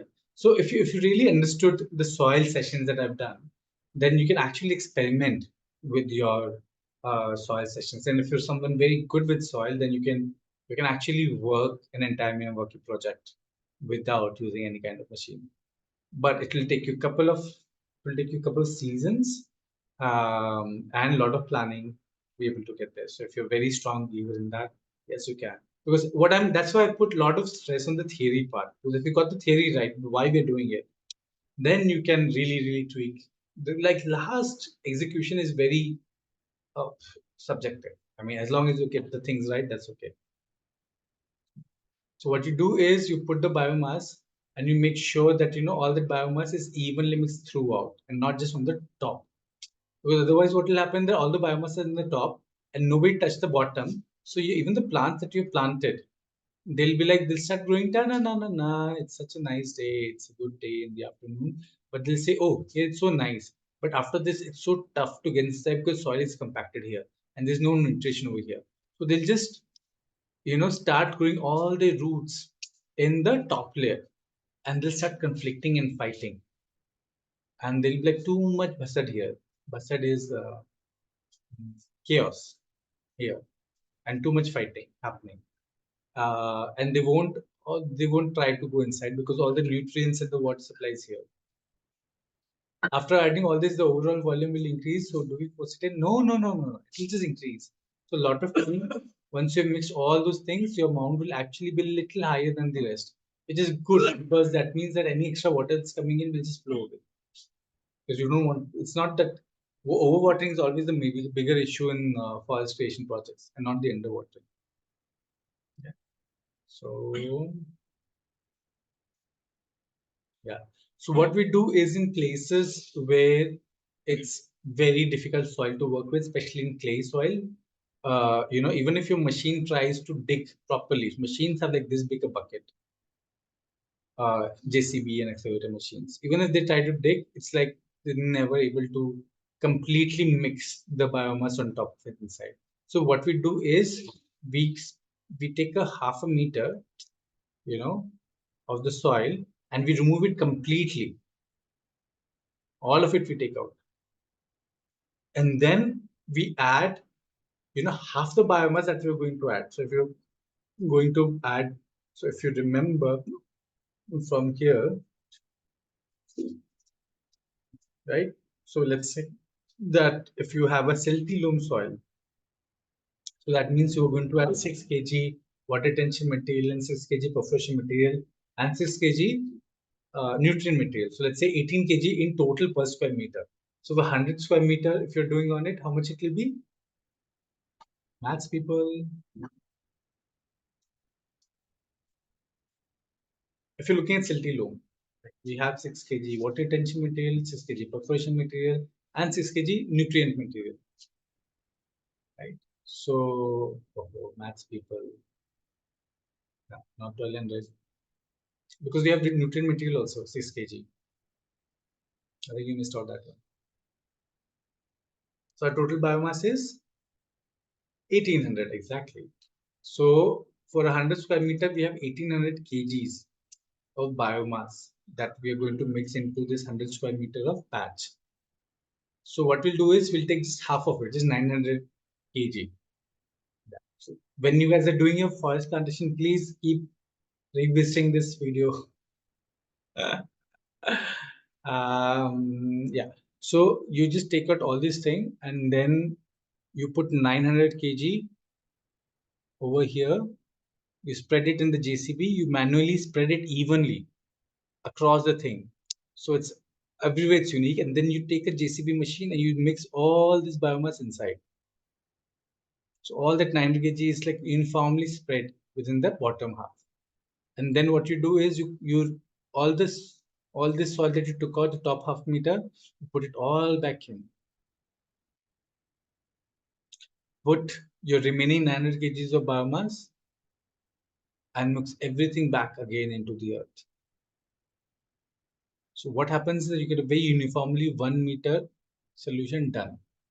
But in cases of sandy soil, which are much more easier to work with, what you can just do is put all your 1800 kg on the top,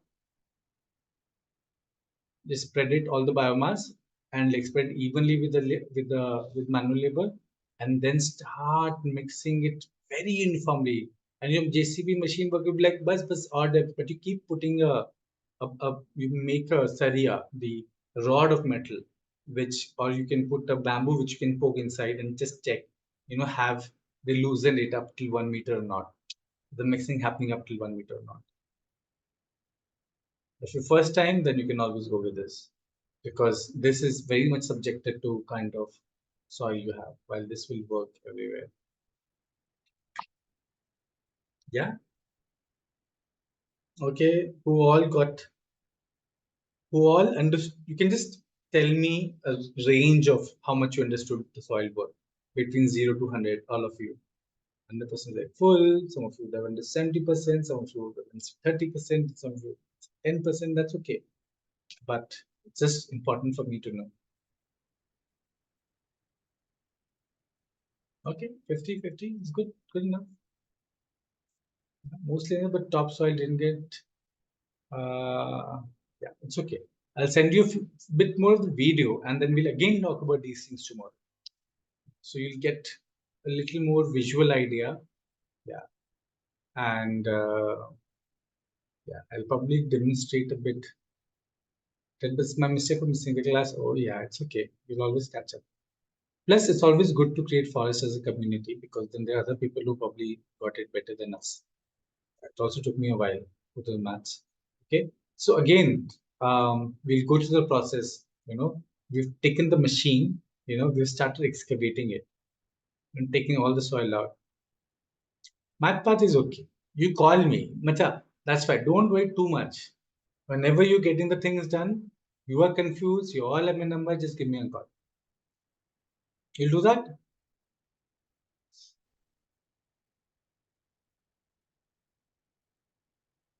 Take your silence as yes. Good job. So we start excavating. Yes, yes, yes. And then we start removing all that excess soil we've taken out. So in this cell, you can see that this is basically the level of the soil, right? Current layer of the soil. But this entire thing has been excavated as a step one. Okay. And after this, they've actually gotten and spread the biomass in this entire layer. You can see it's a little different. And then, spread it out with manual labor. And now this machine is slowly digging it even further into the soil. So that's your bottom layer being cleaned. And once your bottom layer is done, nicely mixed up all the biomass, they have taken the second layer of biomass, like the remaining one, the second half of the biomass, they put it over here, and then they'll use manually they'll like spread it all across everything and make it level. And once they've done that, see, you can see the difference, no, over here and here. So once they've done that, they'll put the remaining soil and mix everything into it.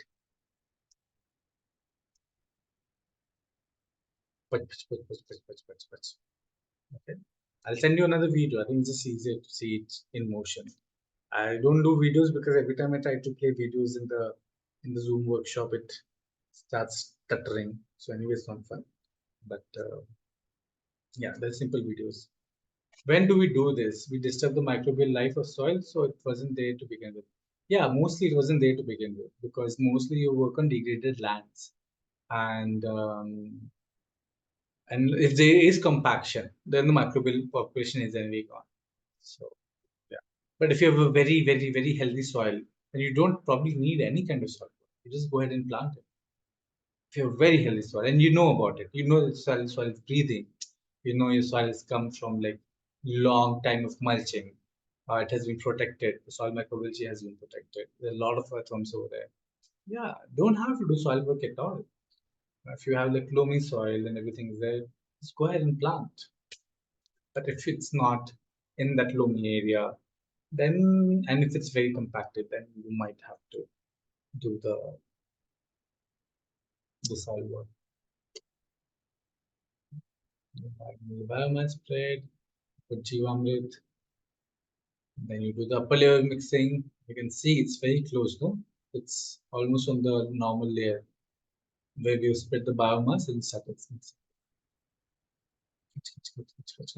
That Ronkasa over there. We have white people planting. Yeah, you have them for your projects, and it always gives you a bit of bonus with presentations for the client. But otherwise, they make for us as well as we do. And in certain cases, I think we do better, not being competitive. So you have to like carry the saplings from the spaces to mounds and be very, very careful. On an area that has been under the tree cover for years, a wildered area that has been cleared recently, within 1 month of clearing, if you replant it, how much of the soil prep would actually be needed? One of the things you have to do is the compaction test. That if in the process of clearing it up, there was a lot of machines that ran over them, then at least you'll have to go ahead and loosen up the soil to provide space for breathing. But if it's like otherwise nutritious, then just loosen up the soil a little. If it's sandy, then usually compaction is less, but the more clay it is, the more compaction is usually there. So that's also the challenge. Then just loosen it up. That would help. Have you ever taken out soil deeper than 1 meter? Not required, not efficient. Um, yeah, not required. Like I've even worked in certain places with soil up to 2 feet or 1.5 feet. Like for example, our sometimes we do project in very remote area, somewhere in the hills and things where even the machines can't come, and we're doing with manual labor. So in those spaces, we sometimes, because we know that if no machines have ever gone there, that means the compaction level will also be not that extensive.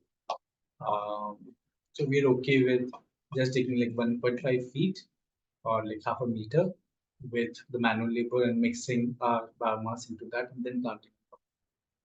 We've done it less, not more. But it will also slow down your forest a little because then they won't be able to grow that fast. But in 6 years' time, irrespective of where you start, it always comes to a balance.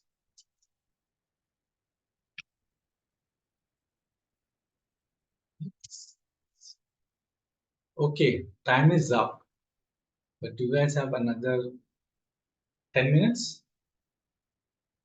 If you already have a land with trees, how to make it a forest? Then what you do is you just start working on the spaces in the gaps. So there are trees, let them be. You put based upon the size of it. Like if it's a very big tree, then leave a 2 meter gap. For example, if your place is like this, and there are trees and trees and trees. What you do is you just prepare the soil, leave everywhere else except wherever those old trees are, as long as they're native. Huh? If they're exotic, I would suggest you to just take them out because they really interfere with the plants growth a lot. They don't belong there. You just create everywhere, you leave like 2 meter radius around big trees and 1 meter radius from small trees, and then you plant everywhere else. That's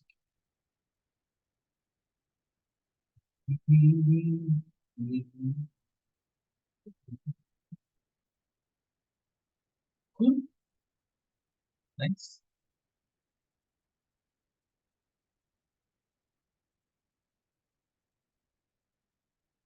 Great. So yeah. What do you say? Do we go ahead or do we take it up rest later tomorrow? Because I think it's been a lot of meetings to think about. We still have time, don't worry. Like who's going to miss out on anything. Um, and we'll have your presentations tomorrow, by the way. Yes. So you guys will get 15 minutes each, both the teams. So half an hour is for presentations tomorrow. But the remaining that we have left with, I think we can do tomorrow. And if you have more questions to ask, go ahead, shoot.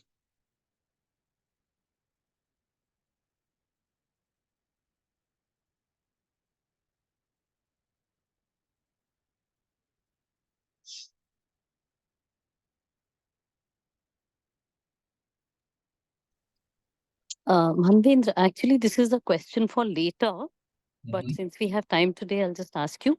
So I was reading up on this book called Mycelium Running, and in my head, I had thought that this monsoon season, I'll just buy some spores, mushroom spores, and just spread them around in the forests around Bhimtal. So is that a good idea? No. To what kind of mushrooms? Because what the book says is different types, which I have not got online. So can we just put the regular button mushroom packs that we get, or does it even help, or doesn't?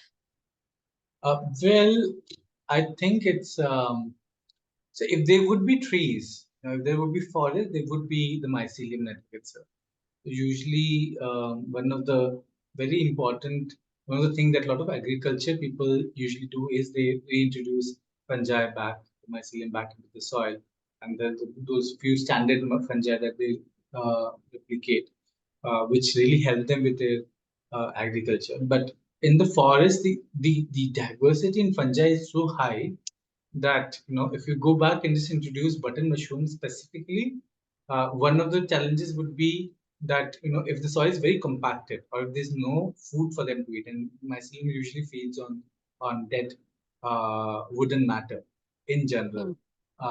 So even if you put the source, they might still struggle, and they might start competing with the local native fungi over there.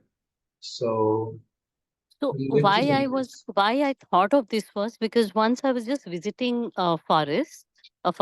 I actually take people for yoga and meditation in the forest. So I visited it, and this guy is a forester. Rather, he's stayed in forests forever. So he said, the when we were younger, we used to actually our parents used to send us out to harvest mushrooms so that we could eat them at night. But these days, I don't see them around. So that's where this thought came in. And that's when, I started reading more about it. Because the challenge comes from that there's nothing for them left to eat. And that's why they don't exist over there anymore, because they're not part of the larger system. Yeah, which is why I was asking. So if I put just the mushroom spores, then along with that, is there something else? Because, if mushrooms are a network, if mycelium is a network that is creating, a kind of what should I say, a sustaining network for the trees, then should we or should we not help? So what the happens trees? is that your it's like the best way probably you can really help if you want the mushrooms to come back is to like chop a few trees and just leave them lying on the ground. And interestingly, the fungi spores, the mushroom, the mycelium spores, they're so abundant in nature. Like if you would have, as a child, done this experiment where you get this bread and you just like keep it wet and starts getting mold, even if you like kept it in a very tight container, it still starts getting mold, and that mold is mostly fungi. So the amount of abundance of fungi spores in the world is insane. Like it's just everywhere. Like you will just have to like. So even when we make jam and other thing, you have to very much sterilize the jar very clearly because it would end up there. So the Okay, spores so are everywhere. okay, so Yeah, what I understand from what you're saying is that, see, there are enough forests around Bhimtal which have these fallen trees and all. If you go really deep into it, so that is the area where we should spread it, if at all. exactly. Okay. Yeah. Or what you can also Oh. do is like take some wood chips from uh, um, wood cutting unit. Like there are like sawmills, RR mills, which we call the Uttarakhand. You just collect them, some of these things, and you just spread them in random places. Along with the spot. But in Okay. the end, it's only the forest coming back which will sustain the population of the mushroom, the larger one. Because even if they eat that, what's next for them? And then the forest is the only solution. Okay. And just before the monsoons is a better idea because or after, before. They need a lot of water, right? Yeah. All right. Thanks. Thank you. What is the smallest first one can create that is still meaningful? Is a squarish aspect to better than rectangle or doesn't matter? Well, it very differs. So whiteboard. Oh, I found a whiteboard finally. So it's where the design comes into play. Um,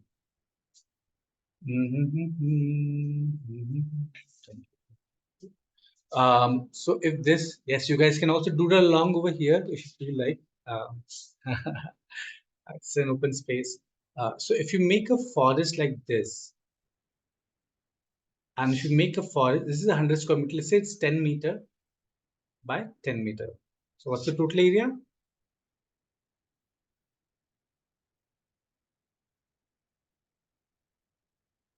100 square meter. And then you take another forest, which is 20 meter by 5 meter. What's the total area?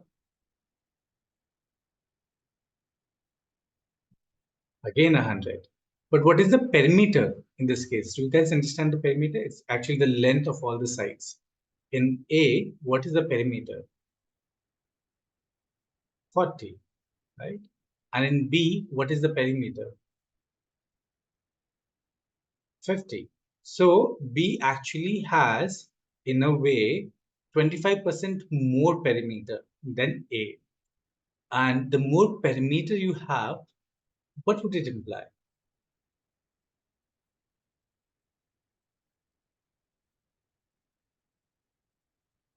More exposed, yes. And what would that imply? Accessibility, yes.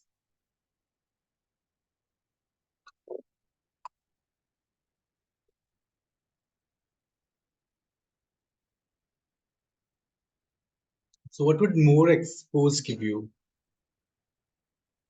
More threats? What happens to sunlight?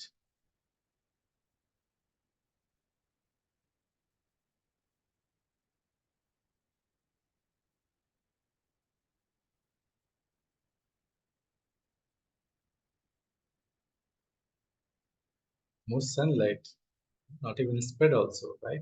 So in a place like this, so even if you say that, okay, like, in the edges, somehow, it's actually come down to space of the edges in the buffer.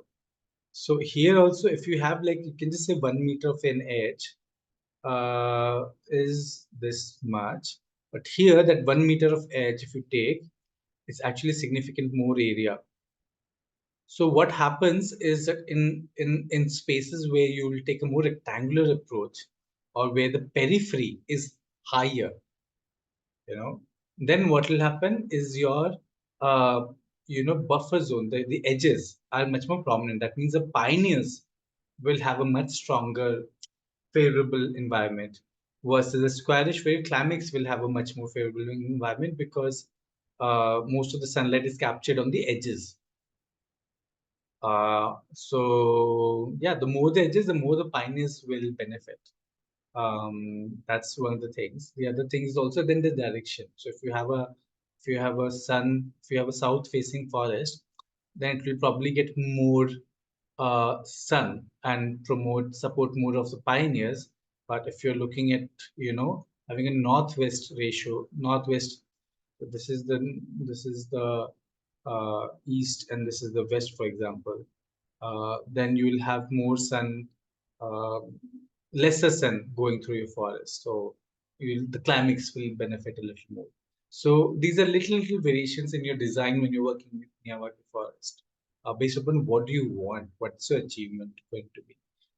So you try to not have too large blocks, because these are the dense forests, and you want those edges, you want those peripheries for the pioneers and shrubs to be like rejoicing in it. But you don't want to be like make it too thin, because if you make it too thin, for example, if you make a forest this is 2 meter wide and 50 meter long, then what will happen is that the climax will always struggle over here, because it's such a great space for pioneers. So when we look into a large scale forest creation, which is probably like over like acres of land, so we don't cover the entire place with Miyawaki forests. We create spaces. We like curves. Curves are also very interesting, where how they engage with the periphery and the edges, which gives them good balance of climax and the pioneers. Sometimes, if people want, we'll just make a bio wall for them, which is like this along the edges of a site. So they can have other things in the middle. Um, so yeah, so design influences. So if the more the variation in the designs, the more diversity you'll have, because you'll have certain designs which are much more climax focused, and there's certain design which are much more pioneer focused. So that's how the rectangle and square and the circles and the curves and everything influence, because in your buffers lie the pioneers and the shrubs and the pioneer trees, and in the cores, are promoted to climax. And also, if you're looking to harvest certain material, like for example, if you're looking to NTFP, like non-timber forest produce, like you're looking to harvest some of the wild plants, the wild fruits over there, then if you have more peripheral kind of structure, it's much more rectangular, then it will be much more easy for you to harvest compared to a more squarish thing. So we also follow a different concept altogether about Mahavant of it's a very Vedic, it's a philosophy of forest design, which was basically established when Nalanda University, the ancient one, was established. So its forests were created on the principle of Mahavantapon Shivan. It's a design philosophy of how a space should be created. So in those cases, Mahavans are the forest of the gods. In those cases, you have much larger core forest areas, and in Shrivas will have like smaller and scattered. But then those are more of a design philosophies, the things we consider while we're making forests. So, but if you guys are interested, you should just check it out. Nalanda University, Mahavantapuram Shivan. It's a very interesting design concept. Good. Happy, satisfied?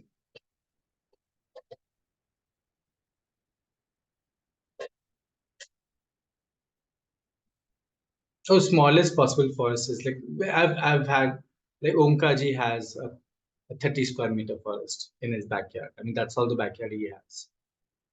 And I think for me, like I think 30 square meters is probably the smallest unit you can really work with. Yeah. I mean, if you really want, nobody's going to stop you in like putting 3 saplings next to each other and calling it a Miyawaki. That's why not. I mean, it's your forest. As long as there's diversity and then different layers. You have a shrub and supreme tree and it's planted together. So, it's called Nalanda University.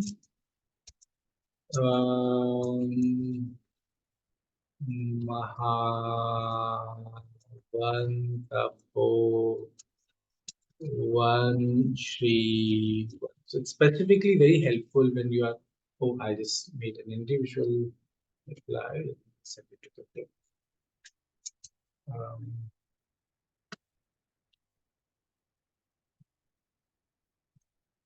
Yeah, so something we still do in designing our forest spaces. So we've done a lot of forest parks.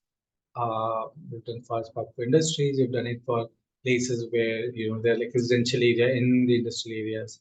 So we create a forest park, and there's this project we did in Ethiopia in Africa, where we wanted to design a forest park for like. Also, there was a challenge where the main road, the ring road, was just going next to the forest. So we wanted to buffer the hospital, which was basically the biggest hospital in Ethiopia being built.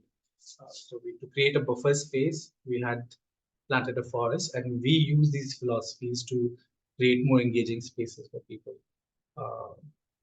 and have forest. And that's the kind of things we do. Once we've played a lot with these things. I mean, क्या करना है ना कुछ तो कुछ like being humans, you always like looking for the next big thing. Like they're now making force also not enough. You have to design it also. Thank you for the day. That's it. Have fun, enjoy, finish your assignment, balance your forest, both the teams, both of you doing a good job out of it. Yeah, you'll figure it out. It's not that hard.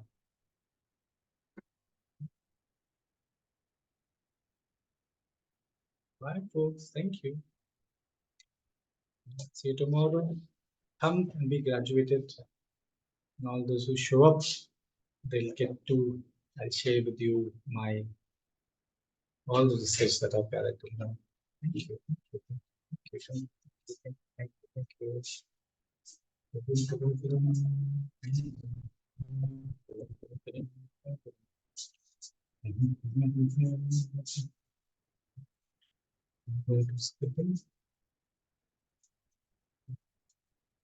One day I'm going to come up with my own method and call it Manwaki. Manwaki. Waki. Miyawaki. Miyawaki is now old. Now we do Manwaki.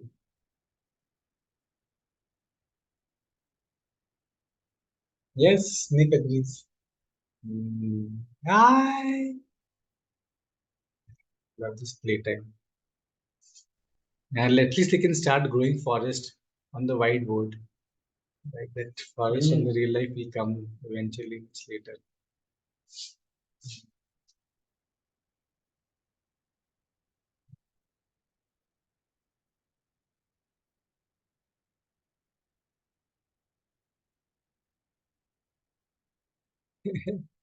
See, all the Kidas are so jobless, no?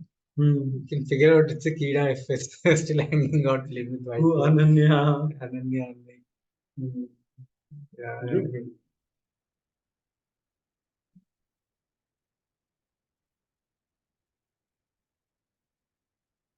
Please I'll stop recording. Hey, now go home and play. It's time to eat. Okay, bye guys. Bye.